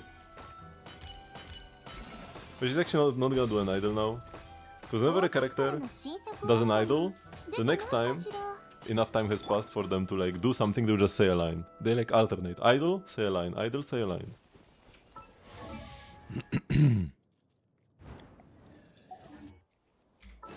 Let's see how many of the Escoffier food I've cooked up. 77 gilded holes! Oh my god, I only have 777, my lucky day. I only have 7 Adeptus Temptations. I don't think I've made this many Adeptus Temptations like throughout my whole career. Can you check like how many times you've cooked a dish? I don't think there is food in the archive at all.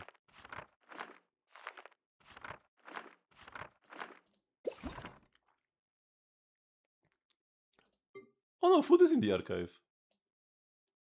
But I've never made a pyro resistance elixir or a geo damage bonus elixir. Oh my god. Yo, I actually get to see what I've made and what I haven't made. But unfortunately... Oh, these are the special ones. The sugar sculptures. Unfortunately... Doesn't tell you how many you've made of it. It's just here. Also, you don't get to see the descriptions for different types of food. Because like, this has a different description than the delicious one or the terrible one. And you only see the regular description here. Because those are not delicious fried shrimp balls. Those are regular fried shrimp bean balls. I've never gotten the 5-star mirror. That means I don't have any weapon that uses it. What weapons use this?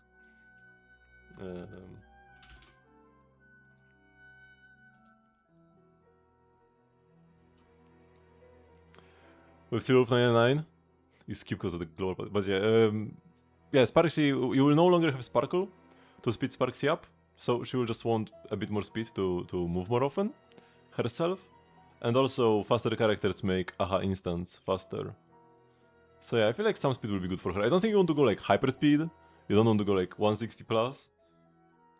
Yeah, in the like 130, 140 range. The usual 134 should be good. So where can I look for these? What is this called? Nightwind's Mystic Augury. Oh, it's not. I can't find it like this. Okay, if I go look for 6 from that land that I don't have, pick Patrol Song maybe. Okay, that was easy. What else uses this? Wait, can I not click on these mats?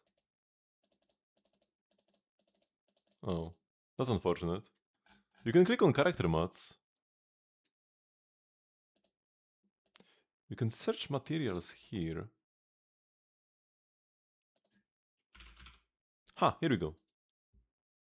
Yo, that's quite a few weapons. But yeah, it's from the 5 stars. It's Shironen Sig, Skerk Sig, and Chaska Sig, and I have other weapons I prefer playing on these characters. Tanheng V3, probably? For the sustain? I imagine like Hyacinth would be the best sustain, but she's already taken your Remembrance team on a different stage at the same time. So yeah, probably just slap Danheng there until we get some more specific sustain, because I mean there is Huo who's gonna get buffed, but the attack buff is kinda meh for relation characters, and Silverwolf cannot get energy, so it would only work for Sparksy and Yao, so it's less worth it. Probably just Danheng, yeah, but mostly because I mean his sustain ability is great, but his buffs don't like do much for the team. Just play him because there is no really better option. He for Fusion. Fusion wouldn't be that bad. Yeah, because like this team only really wants crit, you know? And elation stats.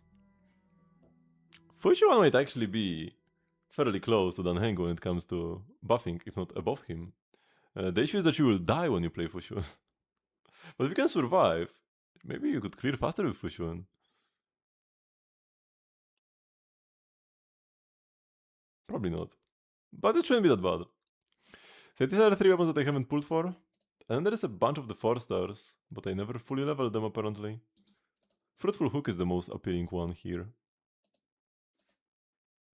Interesting. Is there any other mat that I haven't ever obtained?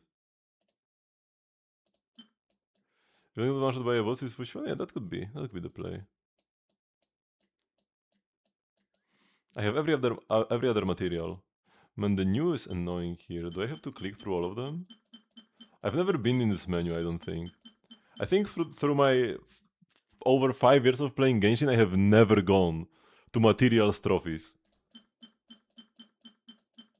Pretty sure not once ever.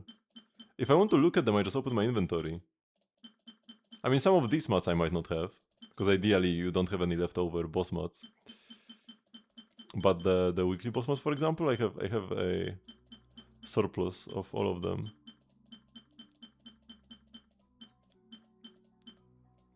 Welcome to this world. Those are the Traveler Ascension mats.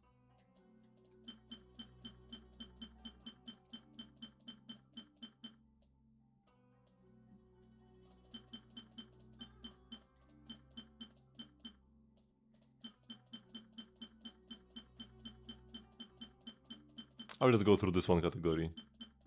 I won't click everything everywhere, like all the food items. Because food also has new everywhere. One day, when I'm bored, I will click through the others. Actually, I'm only halfway there still. Oh my god. Maybe I won't click through all of this then. Yeah, you know what, I'm bored already. Even gadgets, there is so many. Wait, I don't have a gadget. Oh, I never made the wind catcher. And I never made the Geoculus resonance stone. Because I find all the Geoculi before they made this thing apparently, or whatever. Dinner stream tomorrow? Yep.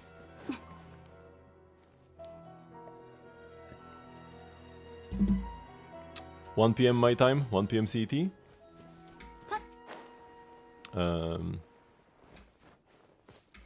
Also, this weekend I think we are changing time to CEST. So my stream timings might change for you if you don't change time together with me. Is it this? I think it's this weekend, not the next one.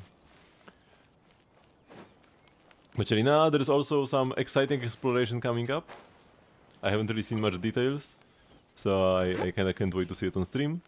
And maybe there will be some teasers for later thingies. We'll have to see though. It might be too early to tease. I mean, they could tease like Dottore's return maybe, but not Shiznaya yet. It's too early to tease Shiznaya.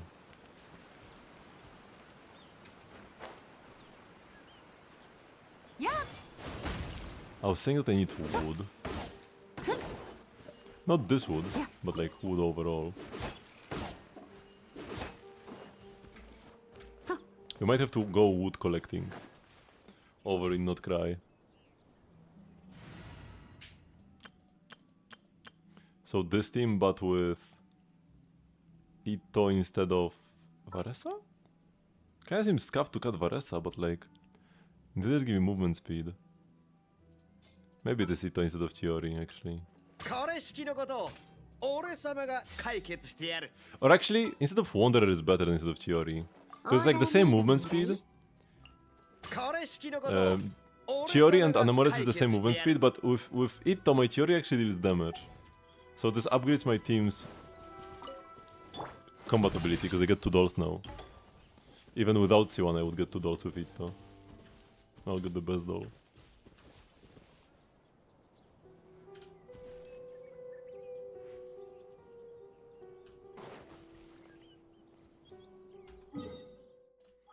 So let's go over to Not Cry. Let's run around, get some wood. I don't even know which ones I need. All of them. Do you happen to have any trees? I might have tipped to a wrong place. Not to the best place. Maybe like here? Okay, here there are trees, maybe? Alderwood. What is Alderwood?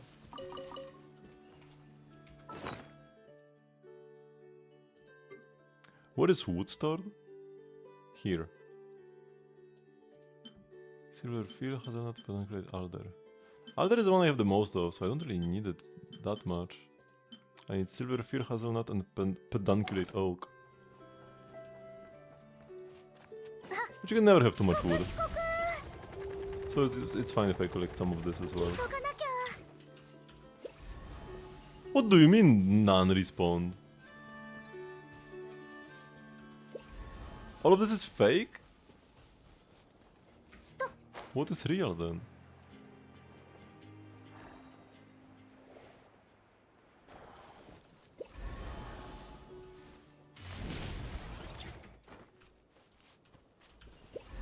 Okay, here we go.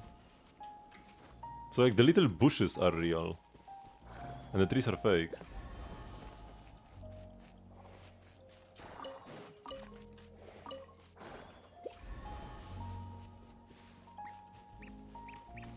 Which is all Alder, which is not particularly noteworthy.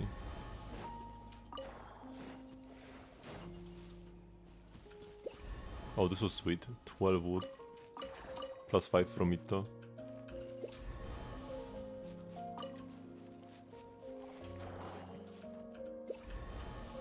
I probably don't need Alderwood anytime soon. Which is nice.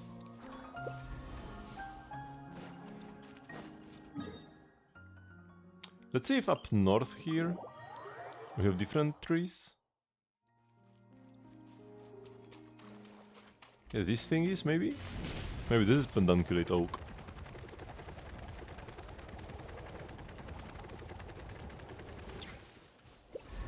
Nope, that's still Alderwood.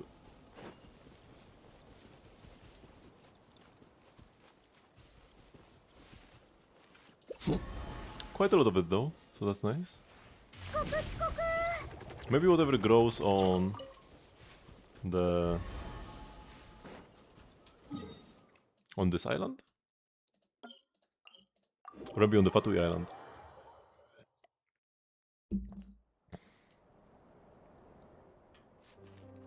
Those are not oaks. I can tell you that much. This is silver firwood. Do we need any of those? Yes, actually. Yeah, I'm also crazy out. I don't think any of the new furnishings require it. But it's just like a wood type that I have run out of previously. So collecting some seems like a good idea.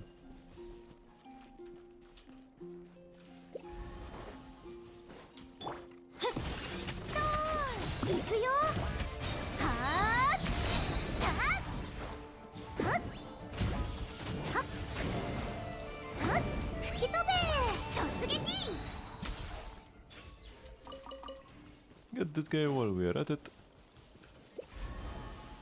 Oh, I've already clicked here? I got nothing.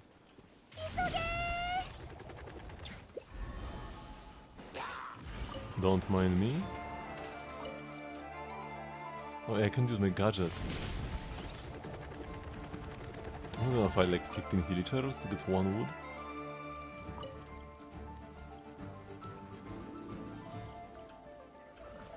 Oh my god, more enemies.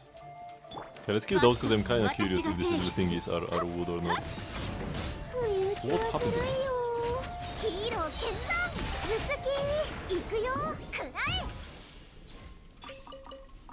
Is this wood?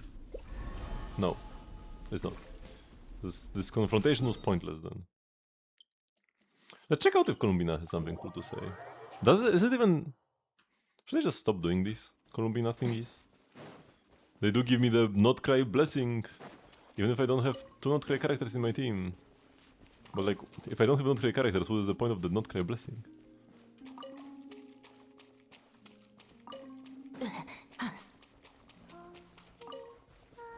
Maybe we get to hear more of the like drink mixing options.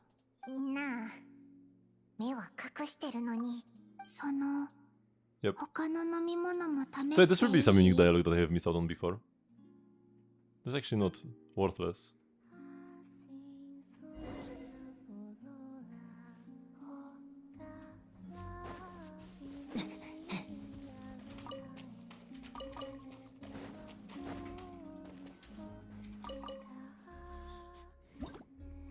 So we made tea and coffee already, and this one will be juice.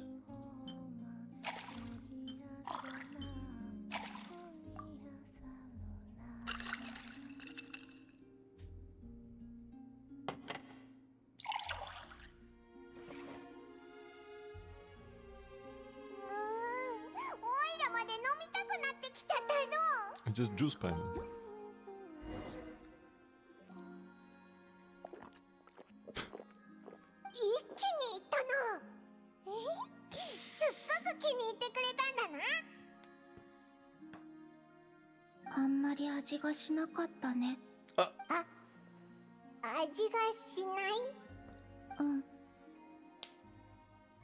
Maybe you drank it too fast. Why don't I make you another one?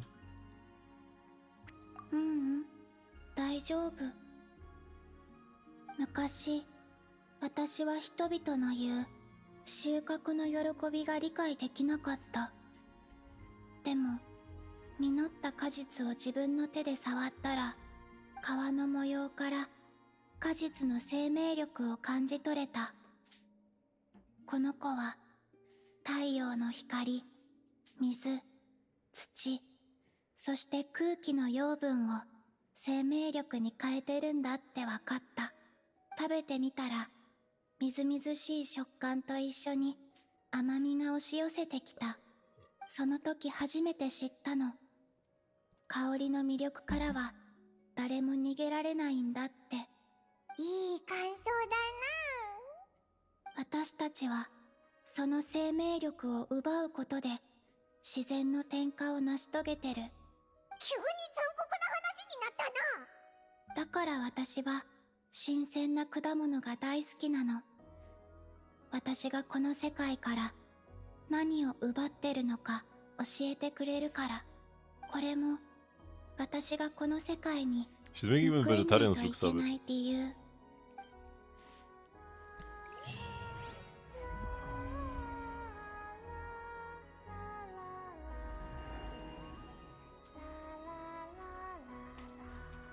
ホワイトベリーあげる。すごく甘いからゆっくり食べて。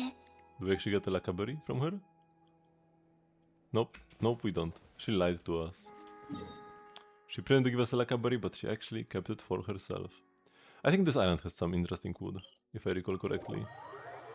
Because Pedunculate Oak is a Luna 1 wood, so it cannot be in the new areas, or like, it cannot be exclusively in the new areas. At least. But maybe better spots to farm it are there.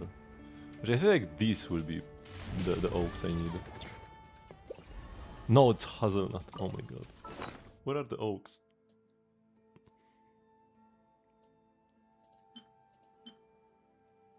I don't have much of hazelnut either, so that's cool. 時間が You can always use more wood. ダイビングヒップ。いや、時間が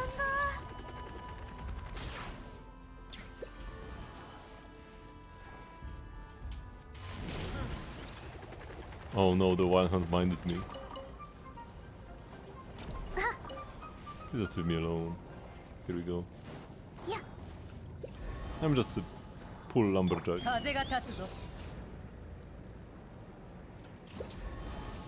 Wait, what do you mean nothing responds? Was it just too high up in the air? I was too high up in the air and that's why it didn't work.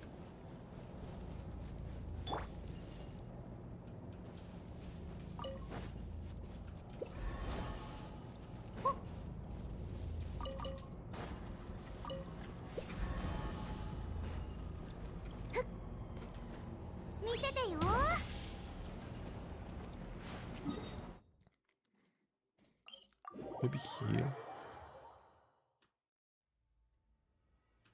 And this all hazelnut as well.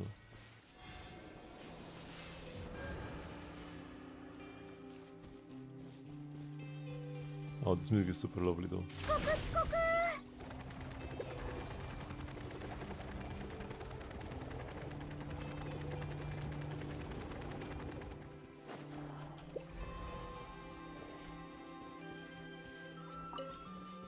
I need to look this up. Where the oaks grow.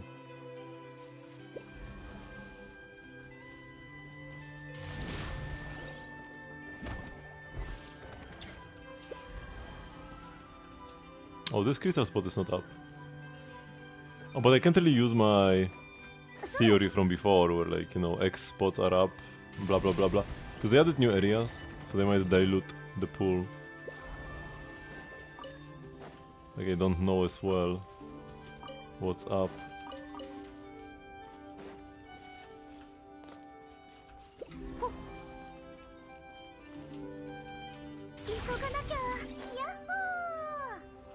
Yahoo!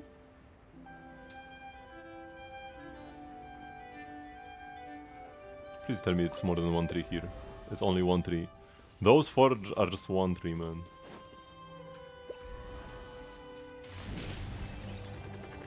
At least each group like this seems to be a tree.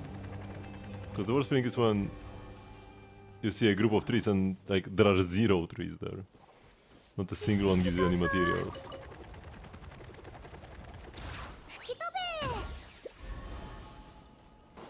Oh, maybe on this little island we can find oaks.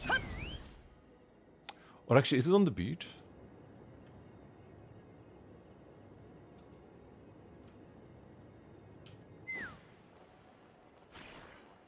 Those are just little bushes, but maybe there are some trees over there.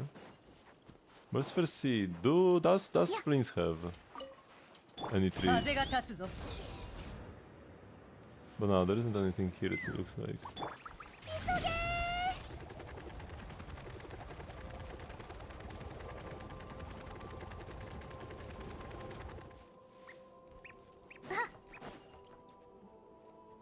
Oh wait, is this new? 宝石は当たっている光によって異なる輝きを見せます。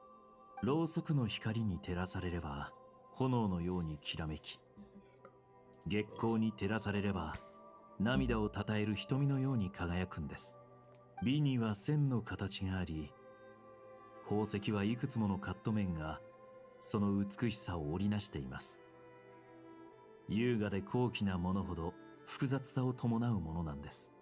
これらの古い宝石は僕のコレクションです。中には異国から渡ってきたものもありますよ。いつでも見に来ていただいて構いません。古いものですので、磨かれたばかりの宝石と比べると霞んでしまいますが、傷がつかないようにほとんどの宝石は元のはめられた状態で保管しています。触るときは気をつけてくださいね。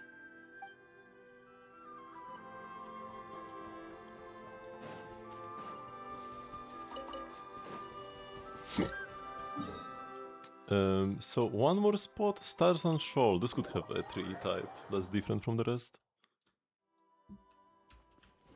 If it even has trees.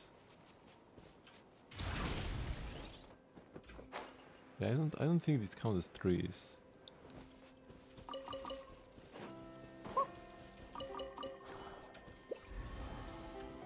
Okay, let me look up pedunculate oaks.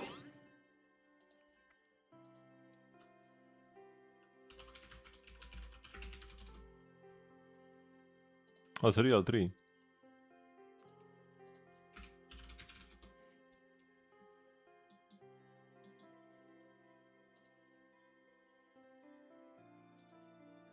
Citavat interactive map. They're found exclusively underground! In the tundra gap beneath the northern training ground. Hello, Molonek.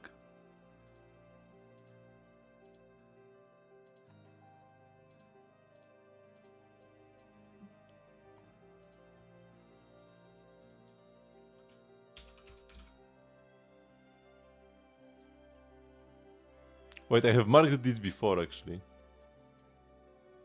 So they're exclusively found in this little area. Wowee. So my initial location of the Clink Clank workshop was actually good. Yeah, doing fine. I managed to recover a piece of my childhood today. I found my little Pokewalker.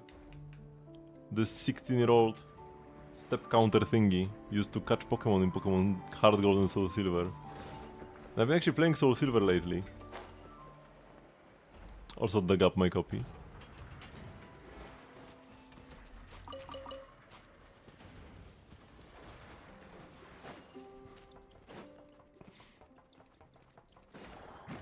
Don't mind me, little slimes. And yeah, this is the northern training ground. We are in the correct location. Unfortunately, so I used to have like the event Pikachu Forest thingy on my Pokewalker. But I have since reset my save file, unfortunately. A while ago I have reset my save file. Oh, those are pedunculate oaks. These little guys? And even though my Pokewalker has not been reset since then, there is a Torchic inside this Pokewalker. I can't take it out. Unfortunately. I do need to reset the entire device. So I will lose my unique maps as well.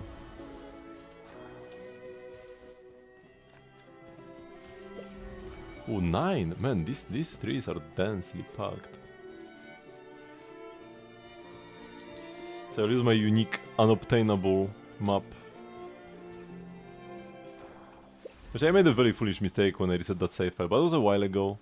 I had like a phase when I was going through my old games, resetting the save files, and trying to play like Nuzlocke or something.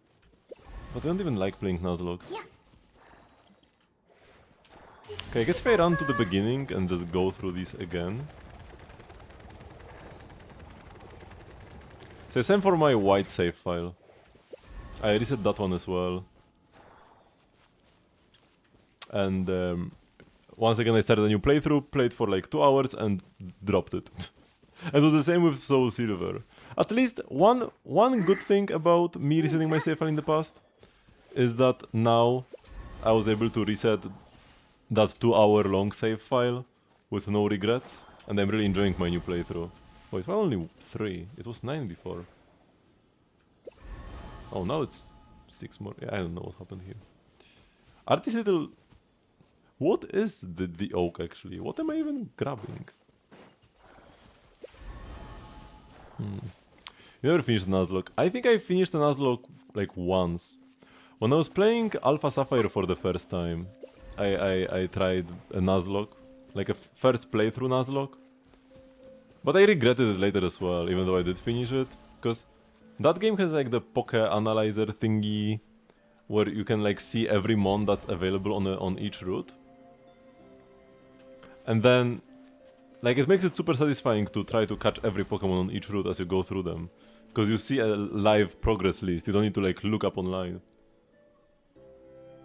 which mon appears where. And I essentially didn't use it at all, because I would just catch one mon and move on from each route. So it kinda did make my playthrough worse. I didn't enjoy Alpha Sapphire as much as I could have, if I tried to catch them all. I only tried one.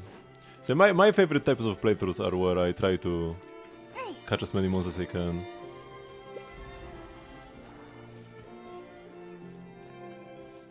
And that's what this is what I did when I played Leaf Green lately, because I played Leaf Green on the Switch when they released that.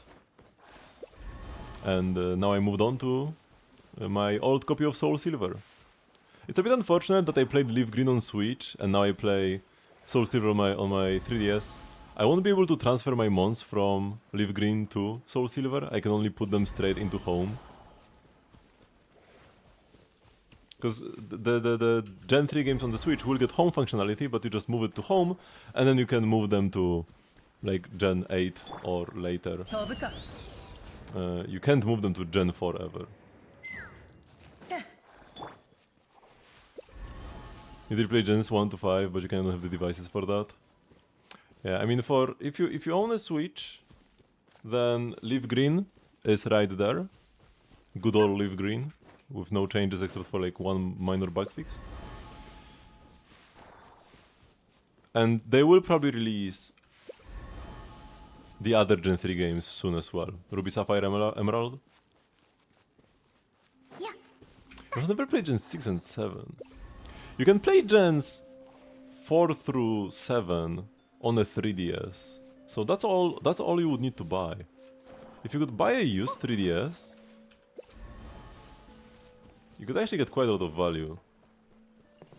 And if you are willing to do some homebrew stuff, you could also get the bank working. Because like, Pokemon Bank still works, but I don't think you can download the app if you don't have it already.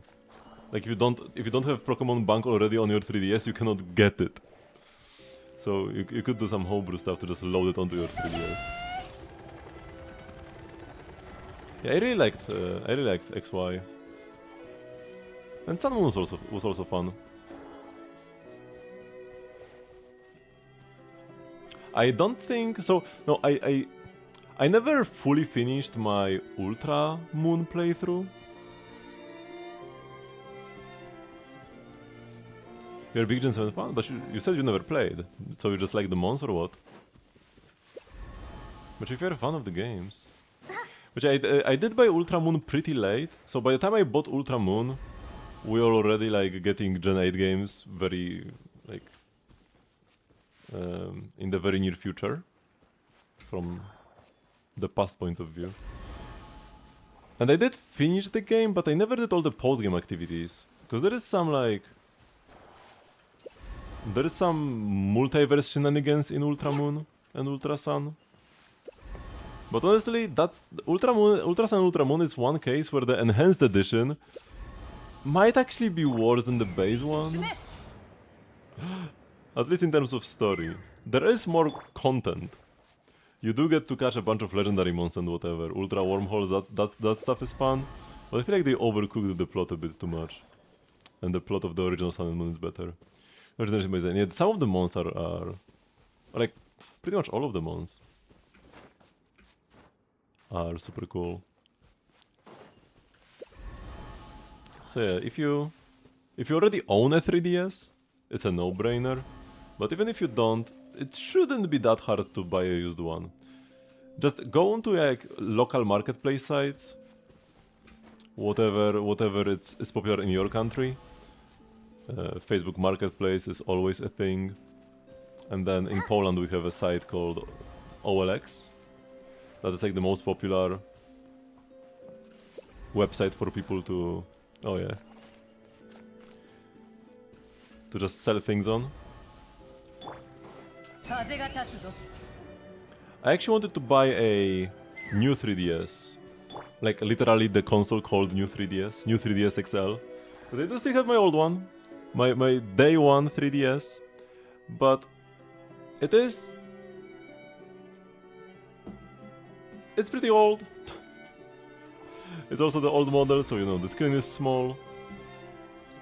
The bottom screen is crazy scratched from just playing games on it. Whenever I can feel like the texture of the scratches, because it's not even like you look at it and there is a scratch. There is like a whole whole circle of scratches, and when you like move your stylus over it, you can feel the texture of the scratches. Just inevitable on such a touch screen. And if I wanted to buy, like, if I'm just playing DS games on it anyways, then the fact that it's a weaker console doesn't really matter much. But if I wanted to play some games that actually do use the new 3DS features, there are some new 3DS exclusive games that could be useful. Although I'm not sure if I would. There are very few new 3DS exclusive games. Probably the most relevant one would be the Xenoblade Chronicles port, but I already played the Switch Definitive Edition. No use in playing the 3DS version.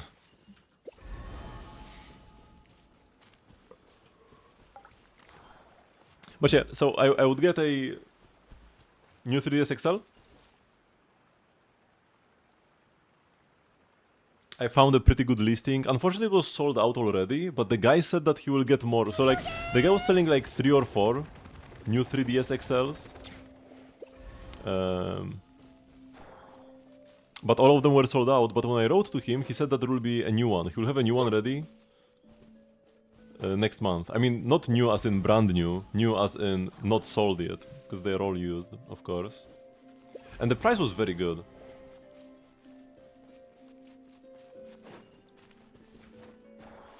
Compared to most it was like 30% cheaper than most of the consoles I see on such sites. And in better condition as well. Like there was a different guy which was selling his new 3DS XL that was not only was 50% more expensive, but was also beaten up. Like it had a dent in it, and he was asking for a higher price, and he wouldn't drop it even when I asked if he would sell it for cheaper. Good luck selling that battered 3DS. But yeah, I'm not in a hurry, so I can wait. So like that's a good thing, right? If you are just on the lookout, like every now and then, like maybe once a week, you just go look up what you're interested in buying, you will find a good offer eventually.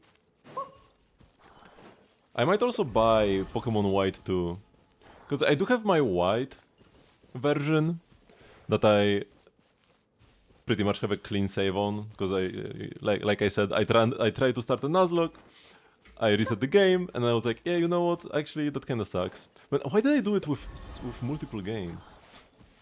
Why did I do it with both my White and Soul Silver? Whatever.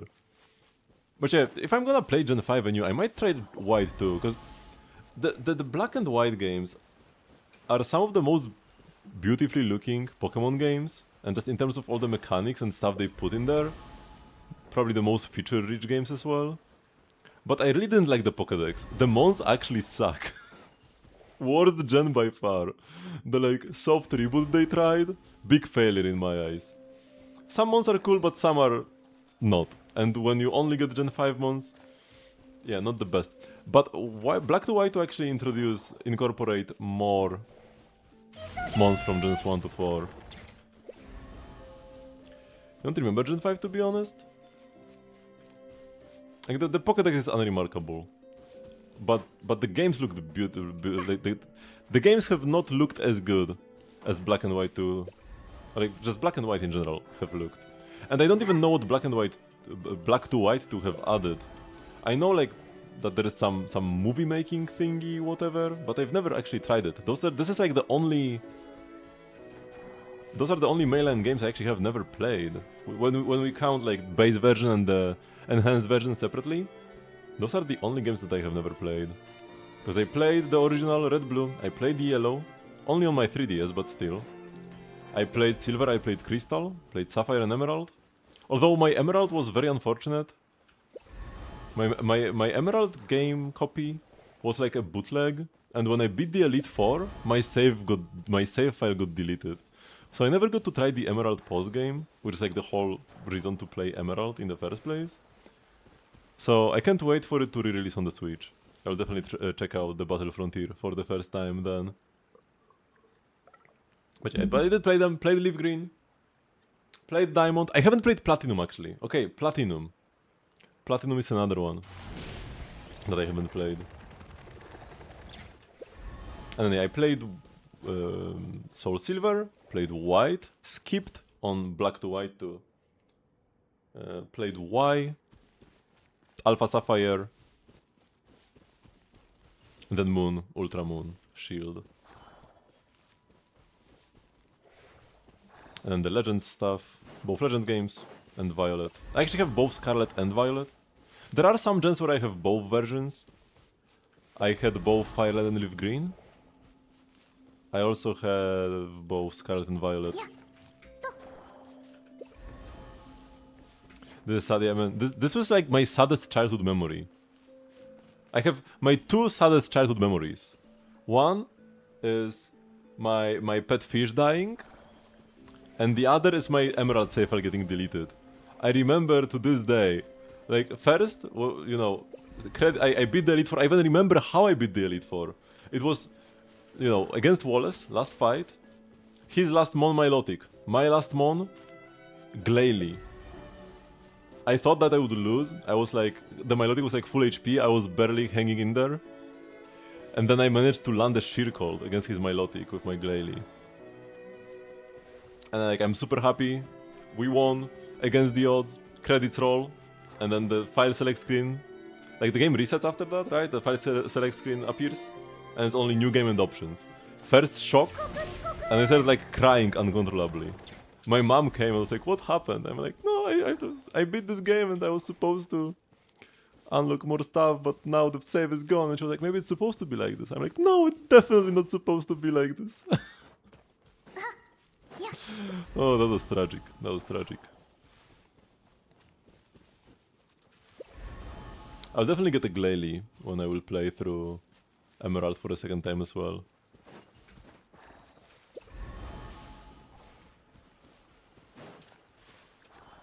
Okay, I must already have a lot of Pedunculate Oak, right? You wouldn't wish that on anyone. My Gen 1 copy, my Gen 1 game, because like... I did play Red/Blue. I don't even know which one I played though, because the game that I had was a bootleg Gen 1 game that was called Pokemon Green. Even though, like, there was no English version of Pokemon Green. So, I'm not even sure what that copy was supposed to be. But that one also didn't hold saves for long. It wasn't as bad with the green version I had though, because for one, that one wouldn't even hold a save for like 2 days. So I couldn't even try to beat the game and then lose my save file. And also, I was like 5 years old. I was just walking around Route 1 and Vermilion. No, not wait. What was the second city? Violet. No. What's the second city called? In Gen 1, you have Pallet Town and then you go north to Viridian, right? Yeah, Viridian. No, Vermilion is the one with the port. It's Viridian, yeah. So I was just walking between Route 1 and Viridian City. That's all I did in Gen 1, essentially. I mean, I just played Leaf Green and I'm forgetting the town names.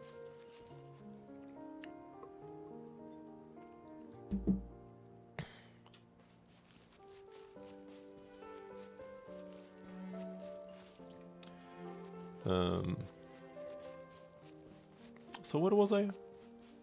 I might buy Platinum as well. Cause I did own Pokemon, so one thing that I will want to do when I get the new 3DS XL, not only will I have just a better console to play my DS and 3DS games on, but also I'll have two consoles. Because I used to have a regular DS, of course, but that one got... yeah, I kinda forgot it in my backpack, because, you know, it was back like elementary school or something back then. And I put it in the front pocket of my backpack.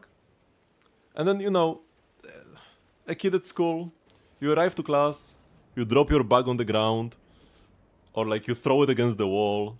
You return home, just throw it against the wall, go eat dinner. And it was in my bag for like a couple months maybe, at least a couple weeks, maybe a couple months. By the time I took it out, the only thing that was connecting the top and bottom half was like one wire. The hinges were completely cooked. And I think some other wires also got broken in the process. And there was only like one left. It was, yeah, unsalvageable, unfortunately.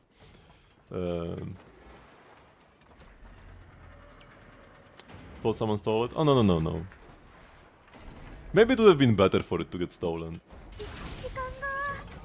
It got destroyed from the bag being thrown against walls, and it always took the most of the impact, because it was like right in the front of the backpack. So I don't have two consoles anymore, right? So I cannot trade with myself, and of course I have no friends. So if I want to get like trade evolutions in my Soul Silver playthrough, or if I want to transfer the mons forward, because when it comes to transferring mons from older gens to newer ones, it can get pretty complicated.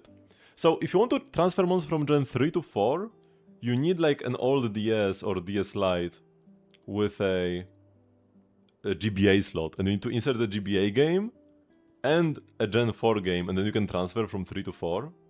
From 4 to 5, that one is the worst, because you actually need two consoles. And you need an app called Pocket Transporter, I think it's called. So once again, if you didn't download it, if you don't have it downloaded already on your DSi or 3DS, you can't do this anymore unless you do some homebrew stuff. Hello, Chef. I do have Pocket Transporter on my 3DS, so all I need is a second console. But yeah, I do need a second console, so I'll need to get that to transfer them to Gen 5. Then 5 to 6, I think this already goes through bank. I think if you have bank, you can take the mons straight from Gen 5. Hopefully, maybe. I know it's still possible.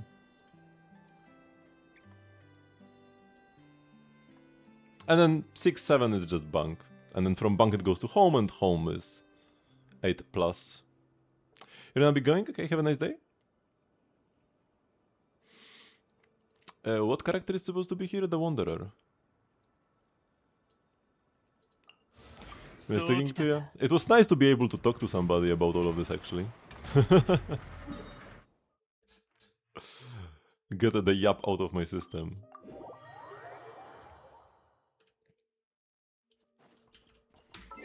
Let's do some Genshin duel.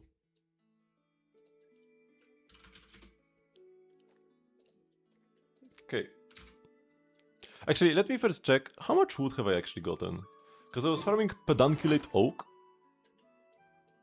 while yapping. Whoa, we have 600! Okay, that's pretty nice. I don't think I will be running out anytime soon. That's quite lovely. I had like 0. And I was just walking back and forth collecting wood while yapping about Pokemon. And I got 700 of it in no time. Okay, only one down arrow. So it's like early Sumeru, late Inazuma. Maybe it's Ayaka. No, it cannot be Ayaka. Why did... Whatever. Okay, this actually gives me some info as well. So it's between 2.4 and 3.0. Between 2.4 and 3.0. It's Ayato. Or Shinobu, actually. You know what? I'm gonna go Shinobu. Yeah, it's Shinobu. The sun feels almost as hot as those studio lights I am in front of all the time. Good thing there can only be one sun. Furina, right? Okay. What is this?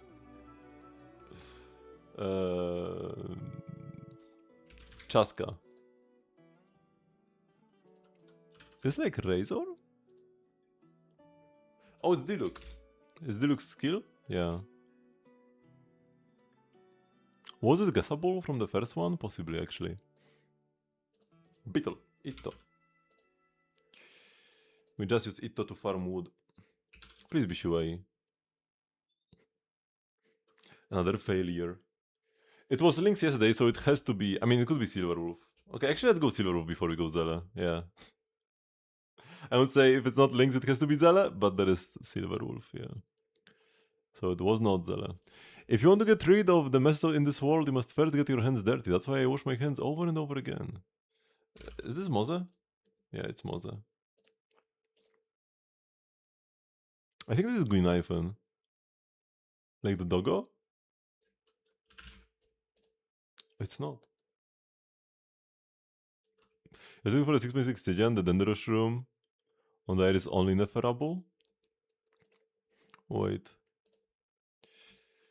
Which... I really doubt... Like, the only enemy so far we've had in Stygian that is like only beatable by one team. It's like the Skerk Shield boss. Maybe the Lunar Shard ones as well. Some of the Lunar Charged. But like Knuckle Duckle only. Like Knuckle Duckle and the Cryomech. But yeah, wait. Endgame, what do we have here? Oh, I actually cannot see forward.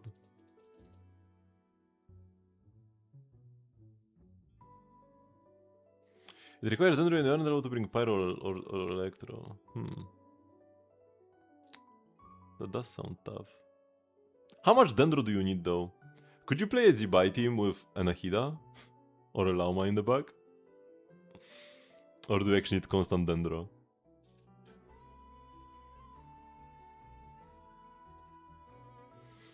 Okay, what is this if it's not Guinaifen? I don't know, Jingyuan? Is it Sunday? World Sparknado. Sparknado? Is it Sparkle? No, there is no way it's Sparkle, right? Is it like Arlan? Is it Tingyun?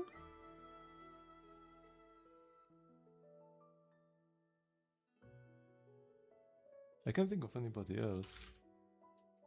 It is Tingyun, okay.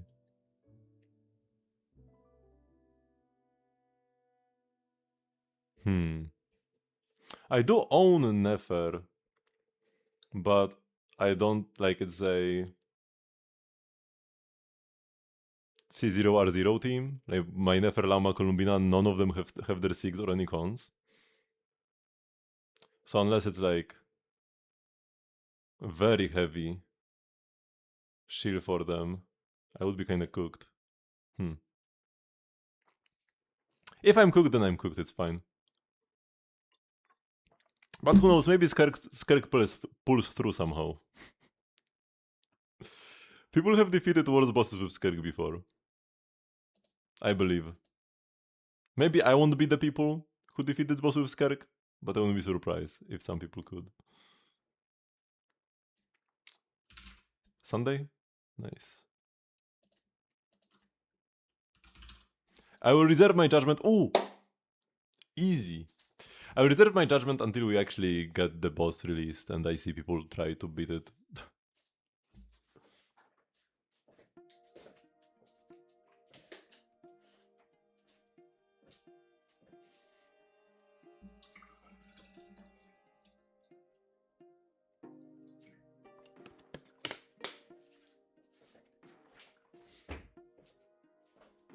Also, I will definitely be good for Fearless. Like, even with my underinvested Nefer team and my skill issue, I will definitely be fine on Fearless. I was mostly thinking about Dire.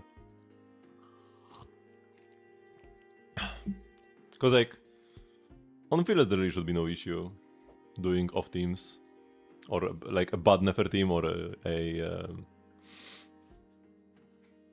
maybe even just regular Bloom could work or something. I don't know. Fearless is easy. That is easy when you have many characters. My horizontal investment account will definitely not struggle against Fearless. But yeah, maybe it's time I actually lose a Dire. Because I've gotten 4 in a row. Probably will be 5 next patch, if I don't skill issue. But maybe it's a good thing to have a really tough one every now and then that I can't clear. So I don't become too obsessed with Dire streaking. Because like, if I cleared every Dire so far, for example, I'll be like tempted to like, I don't know, pull Nefercons to actually be able to clear the boss. But yeah, I've already missed before. And if I'm gonna miss on a Nefer only boss, that's like no shame on me. Because like these two are shame on me, because I had the Mavuika, I just couldn't play her well enough. That was full skill issue.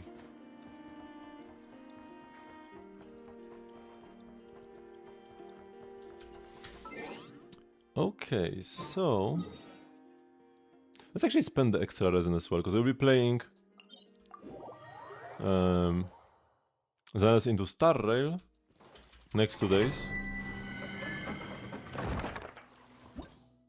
So let's try to clean out all the resin we have here to make it easier to not overcap later.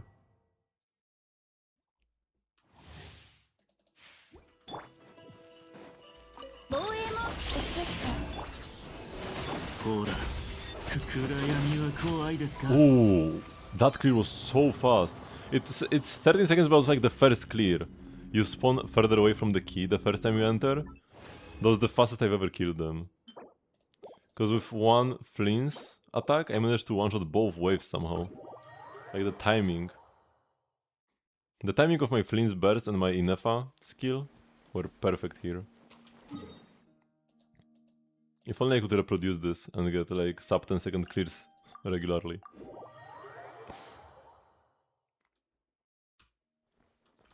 Hera. Yeah, Hera. If you have Mavuika, she does very well against Hera. So yeah, the way I cleared Hera last time was with Mavuika. Yep. Mavuika, Nahida, Bennett, and Sitlali was my team against this here. Didn't we have the Papilla as well already? Oh no, Papilla wasn't in Stygian, but Papilla was in the Eve. Oh no, wait, it was here. Okay, it was here. And yeah, Papilla, I used this Kinich team. If I want to play both of these at the same time, they do share Bennett, but I can just replace Bennett with Durin for an even stronger team. My C2R1 Durin. So that will be nice. And then we just play a Lunar team at the end. Maybe I could also try, because like Zibai goes against the Gecko for sure. Not sure if other teams can clear this. Maybe some Mavuika stuff could clear this, but yeah, I will be clearing this with Zibai for sure.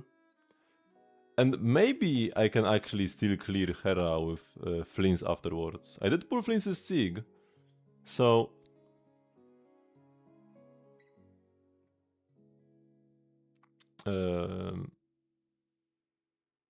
maybe C0R1 Flins and C1R1 Inefa with Aino will be good enough to clear the Hera. It's got like the same HP as before, right? 12.8? 12.7. Oh, it's actually a tiny bit tankier. It has like 100k extra HP. Not much, but a bit.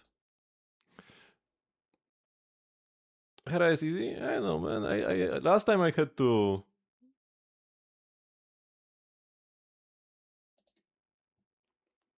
actually learn some proper Mavuika combos to clear it. And even then got exactly 120 seconds after many attempts. This was not easy. This was probably the hardest boss for me so far that I actually cleared. Oh, no. You know what was hardest actually? This. The blood-soaked blade with Shiguin. This was rough, man. And then also the Jin one.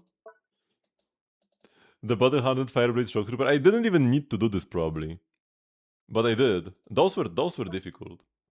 The fall damage ones. This one, the Ictomisaurus was super free. Like you could even do this with just the GMC and Amber and like no other characters or something. You could do this on a day or 1 day old account, clear dire. But yeah, this guy with Shiguin, that was extremely finicky. And then this took forever as well. But I got a 20-second clear, that was pretty nice. When it finally worked, you were about 90% consistent? But like you could actually load up and 9 out of 10 times you would kill him.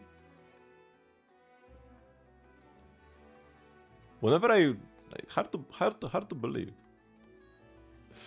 Whenever I watch the YouTube videos, they would always say, like the YouTube tutorials, they would always say in the description, oh yeah, this took me like 3 hours of resets or something. I don't know if it's possible to be 90% consistent with this tech. Cause there's just some like RNG involved. Some sub-pixel positioning stuff. You did get 5 in a row. Maybe there is some secret sauce. I started getting like...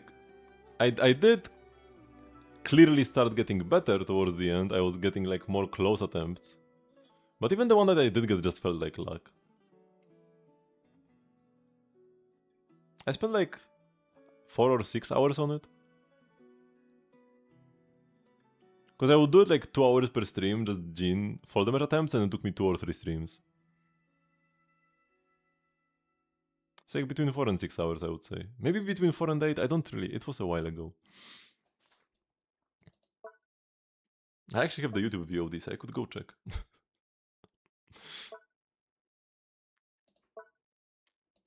It definitely felt longer than it actually was. But yeah, so other than that, the Hera was actually the hardest boss for me. Because I wasn't going with like direct chill into it. Because my Flins was busy in the middle. This is actually the one Stygian where I didn't use Skirk, even though both of these probably were Skirkable. All 3 of these were Skirkable actually. But I didn't go Skirk versus any of them. We have used Skirk 3 times in a row now. But yeah, maybe what I can do is versus the Gecko. Maybe Zibalinea with Aino will be strong enough to just defeat the Gecko. And then I can use my full Lunar team with Flynn's Inefa against Hera. And that will definitely crush it super easily. The full squad. Or maybe the Gecko will be tough enough that I need Columbina there. But then my Flynn's Inefa Aino will be strong enough against Hera. Which probably will be the case.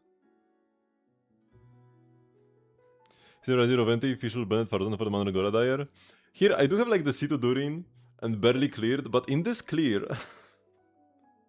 my rotations were I didn't quite have enough energy regen on Durin, so my rotations were hella cooked, and I would cast my Durin burst after the Bennett burst, and I would have like no Bennett burst uptime on Varka.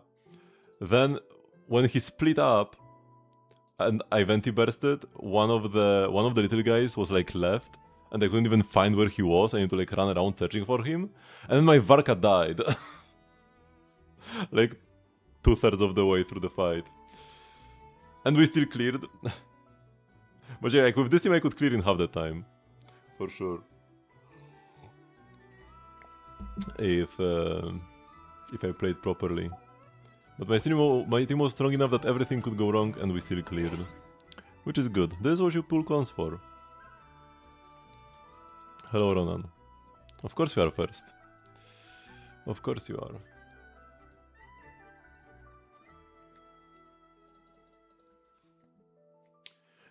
Okay, so yeah, this is done.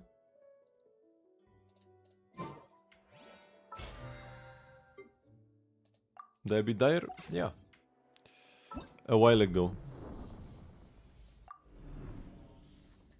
But yeah, this is the from 26 days ago. This Dire. But yeah, I had the like perfect shield team against every single boss, so this was one of the easier Stygians for me. The Seeker's Automaton I got like second try. and only because I died the first time. The Knuckle was a bit tighter, I needed to adjust some things, but when I put Fav on Columbina, I got it first try. At first I tried doing prototype Amber Columbina, I would be like 10% short, but then I put Fav on her, bam, cleared. And then with Varka, that was also like second or third try. Everything went wrong, we still cleared, because we just had too much damage.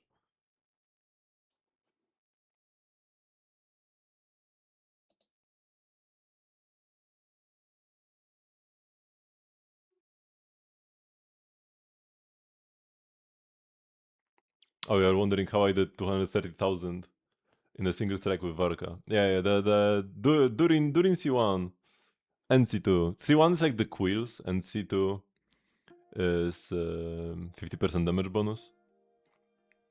So that's quite a lot of damage. With this team, if I actually played it properly, if I min-maxed my energy on all these characters, and if I did perfect rotations and then mess everything up, I feel like maybe 60 seconds even would be possible. Skark is just C1. C0, C1 R0. Or like, she has a mist splitter. It's C1 R 0.5.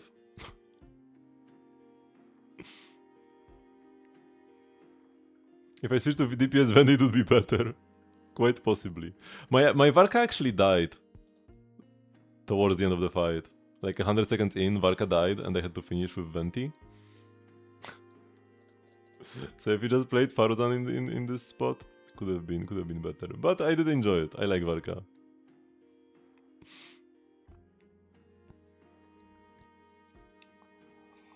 I mean, Varka is not a damage per screenshot character. Most of his damage comes from his normals, which are all multi-hit attacks. So like saying my Varka only does X damage in a hit, that's not really fair at all. Because yeah, this almost every single attack multi-hit, right?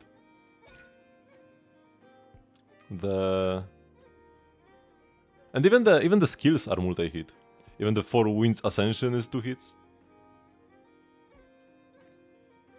And the burst is even the burst is 2 hits, but also the burst is garbage because it doesn't get buffed by his passive.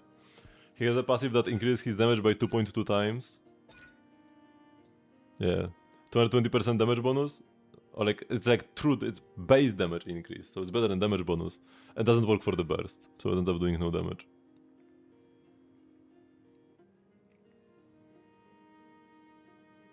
Going to normal one charge. I'm just doing N5s to proc Durin quills more quickly. Although I probably used all of them up anyways.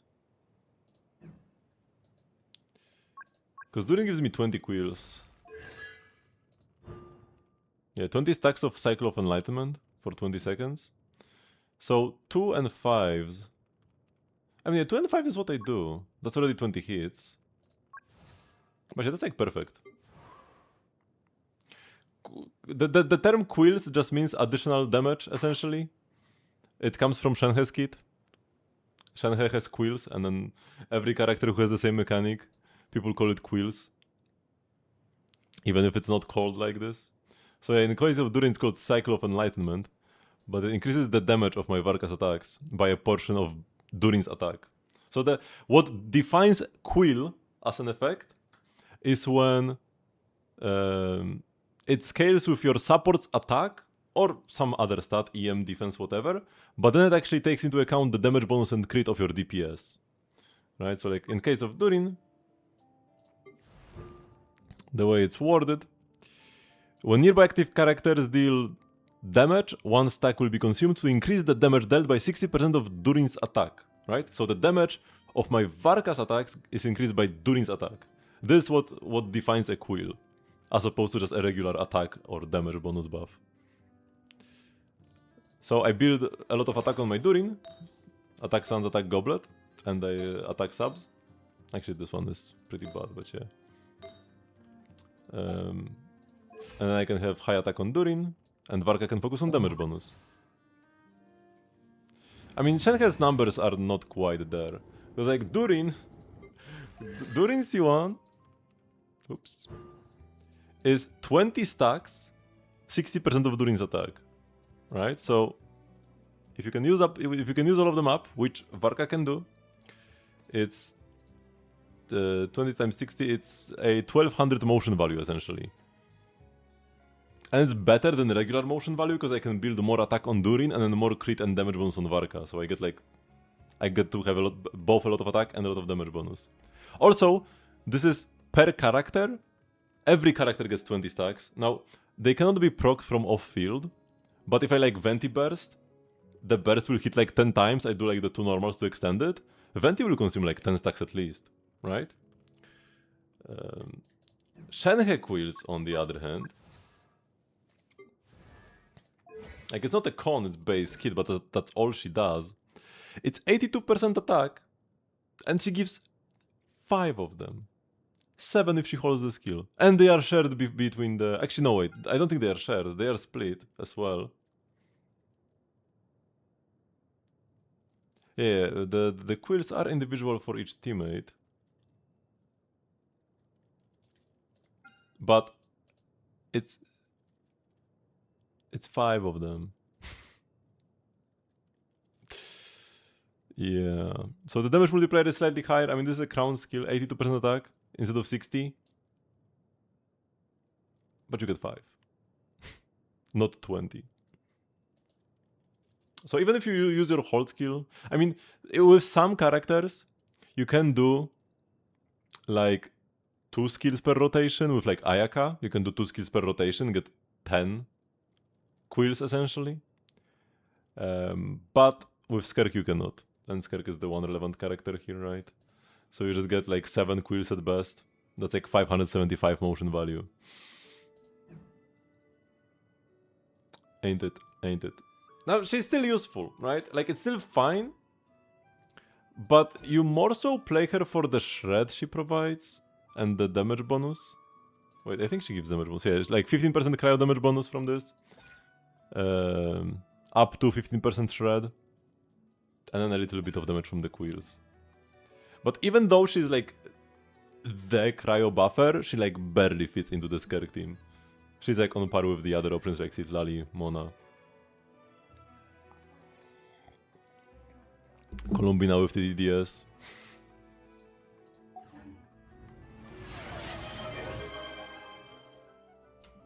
Which character do you want me to take a look at?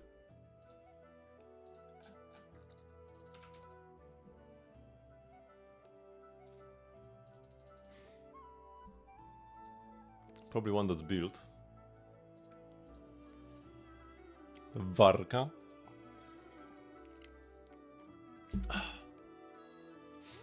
I have an idea that's good. Talent levels, the skill is the only one that matters. Ideally crown it if you have the resources. Weapon is rough. His Sig is gonna be like a 40% increase from a 4-star weapon. Earthshaker is fine. Although it's only elemental skill damage. It doesn't increase your basic attack damage. Because, yeah, it's not actually that great. Because most of Varka's damage, like, it's the skill talent, but most of this is from the Starm and Drang, which is normal and charge attack damage. So the damage bonus is kind of wasted. The damage bonus here is more so for, like, Kinich, who deals all of his damage from skill. So Varka, this is kind of mid, but the issue is that there are really no great options. You can play like Serpent Spine, but that one is also kind of scuffed. It's very easy to lose the stacks, especially in Stygian where you cannot pre-farm them. So yeah, his non-Sig options are pretty bad. He's probably the most Sig dependent DPS we have, to be honest. Next time he reruns, you could consider, if you are a Varka fan, definitely consider pulling Jest of the Mighty Wolf. The weapon is very, very stacked. Okay, and then when it comes to the stats, they carved from Rising Queens is great. Attack Goblet, you probably would be better off going for like pyro damage here. Depends on your team exactly. But you already get attack from the weapon. You have like high base attack here, attack percent, the damage bonus is kinda fake on it. So pyro damage bonus could do better than the attack percent here, but it will be close. 46 crit rate will be 66 with the set bonus, and kinda that's it. You don't get more crit rate from anywhere. So 66 to 215 crit rate to damage, not the best. You kinda would want to see a bit more crit rate here. 0 ER is good, because his burst is bad. You don't even press it when you have it.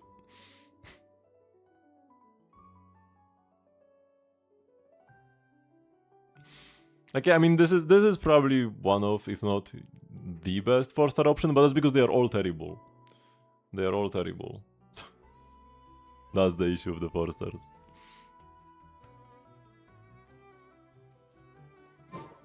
Sig is pretty huge.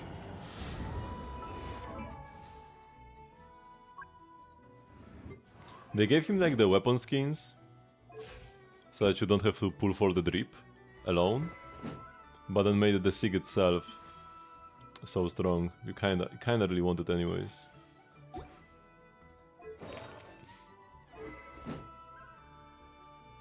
I even got R2 by accident.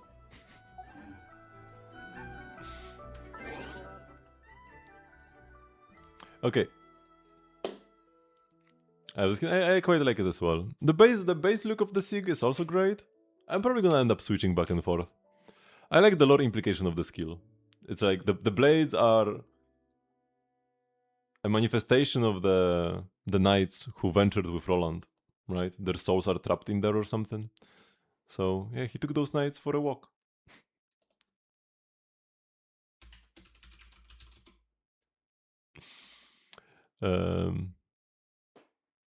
Okay, so thank you everybody very much for watching, but this will be the end of the stream for today. Leaks of the Quest. I haven't looked at Leaks of the Quest much. I roughly know. Oh, you mean Varka's quest? Oh, okay, okay. I thought you mean like upcoming quests. That's fine. We have caught up with all the content. But yeah, I mean, of course he wouldn't die. I mean, Capitano hasn't died yet either. Capitano will come back.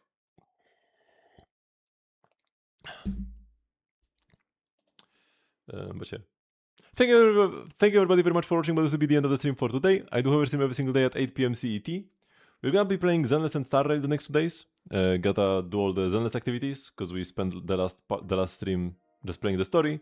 And in Star Rail we actually have to finish the story, because that one, of course, we couldn't do in a single patch. It's a Star Rail Yapfest after all. And then we'll be back for some Genshin on on Sunday. So make sure to join the Discord server to get notifications about the streams. And yeah, I will see you tomorrow. Bye bye!